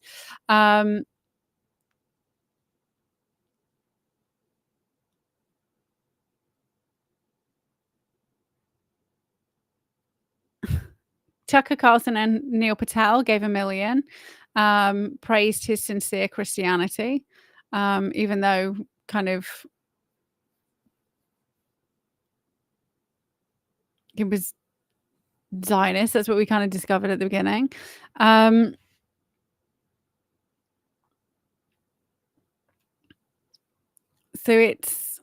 I think there's a lot more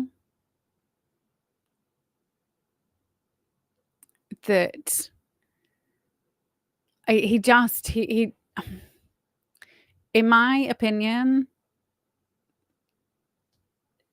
he just happened to be the easiest one to get what they need to happen. That's it. Because he's not bloodline, he's nothing, right? We're not, like, none of us are anything.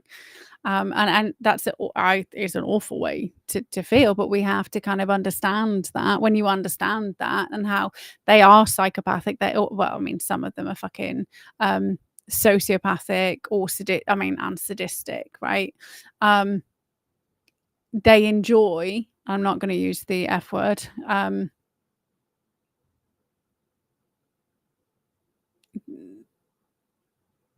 red room based stuff, assassinating somebody in front of people. They don't care. Like, actually do not care. Like, that's what no empathy means. Actually do not care.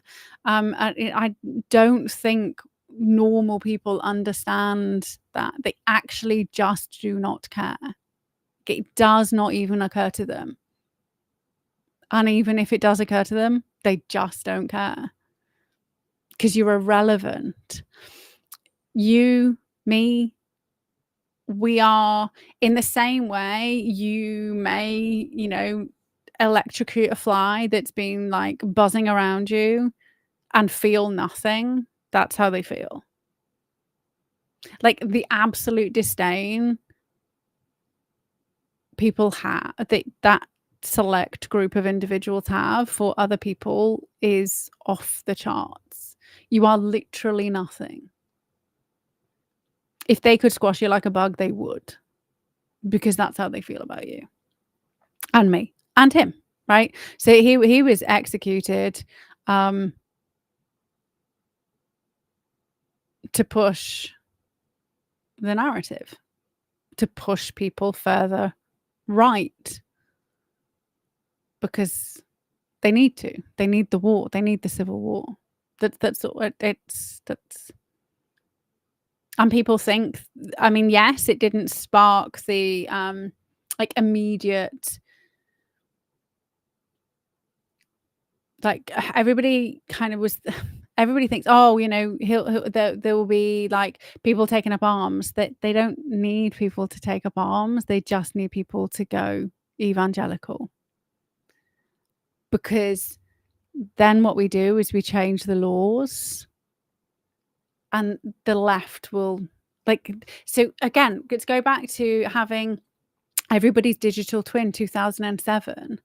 They know they've had the dry run, they've had the dry runs of the BLM, that the right will not engage in that.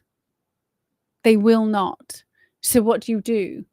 You have to force the left's hand, and the right will defend themselves. Like, how many people, even I say it, right? You come at me, bro. Look at my dog, right? I will defend myself. I'm not going to go out there. So you have to stoke the left, because they're fucking rabid and they're insane, right? Certifiable. And then everybody on the right, they will defend themselves. That's how you do it.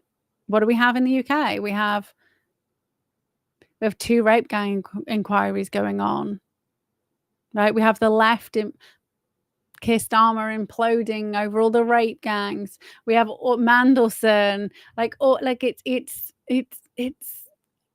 you're being psyoped into fucking civil war, and it's just people don't see it, because they are expecting it to happen in one way, and don't realize the assassination of Charlie Kirk is doing the exact thing that they predicted it would do, and it's driving people to the church. The same fucking institution that's been responsible for covering up child trafficking and abuse for decades, and nobody's been arrested. I mean, okay, you say that, but Bishop Ball was arrested, Charles's best mate. But the vast majority haven't. Our current fucking Pope was instrumental in covering up the child abuse. Like, where are the Catholics fucking calling him out? All you have to do is just stop paying your fucking dues. But you can't, because you've been convinced unless you pay, you're going to hell, right? So because they're all fucking brainwashed. Edwin, you take religion away, you better have something better to replace it. Yeah, free will. This is why people need to be educated. And this is why it needs to be controlled demolition of society. Because if you do a mass collapse, then some motherfucking dictator will come in and save the day. And it can't be somebody else saving us. We have to save ourselves. And for those of you who turned up late and are expecting us to finish on the high, I kind of randomly did it in the middle. But it's just a commit to not being a hypocrite. That's it. That will change your life 100%. If you wake up tomorrow and decide from today, I will not be a hypocrite, and then actually start analyzing the things that you say, the things that you do, you will start to change your world.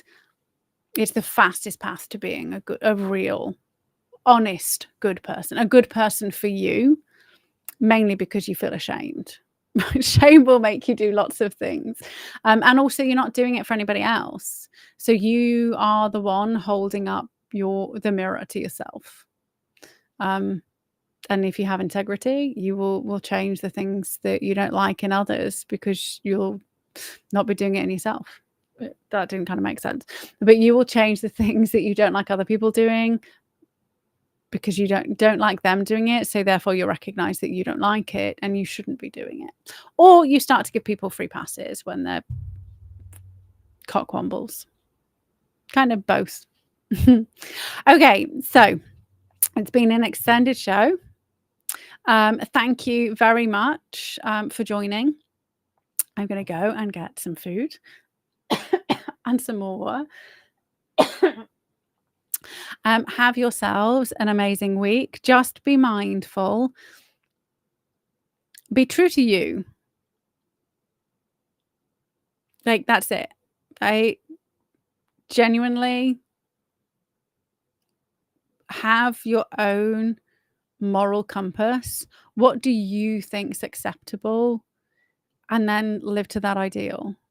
That's it. And if everybody did that, yes, we would still have criminals, but that's okay. That's okay, right? Because how can I choose good if there's nobody choosing evil, right? We're both needed in this dualistic society. Like, it just is. It enables us to see good. Have yourselves an amazing day. Very excited for Trump's visit. Let's see what happens this week. Fingers crossed there's nothing else completely horrific. But remember, we are at war already. Just because it's not obvious, it doesn't mean it's not happening.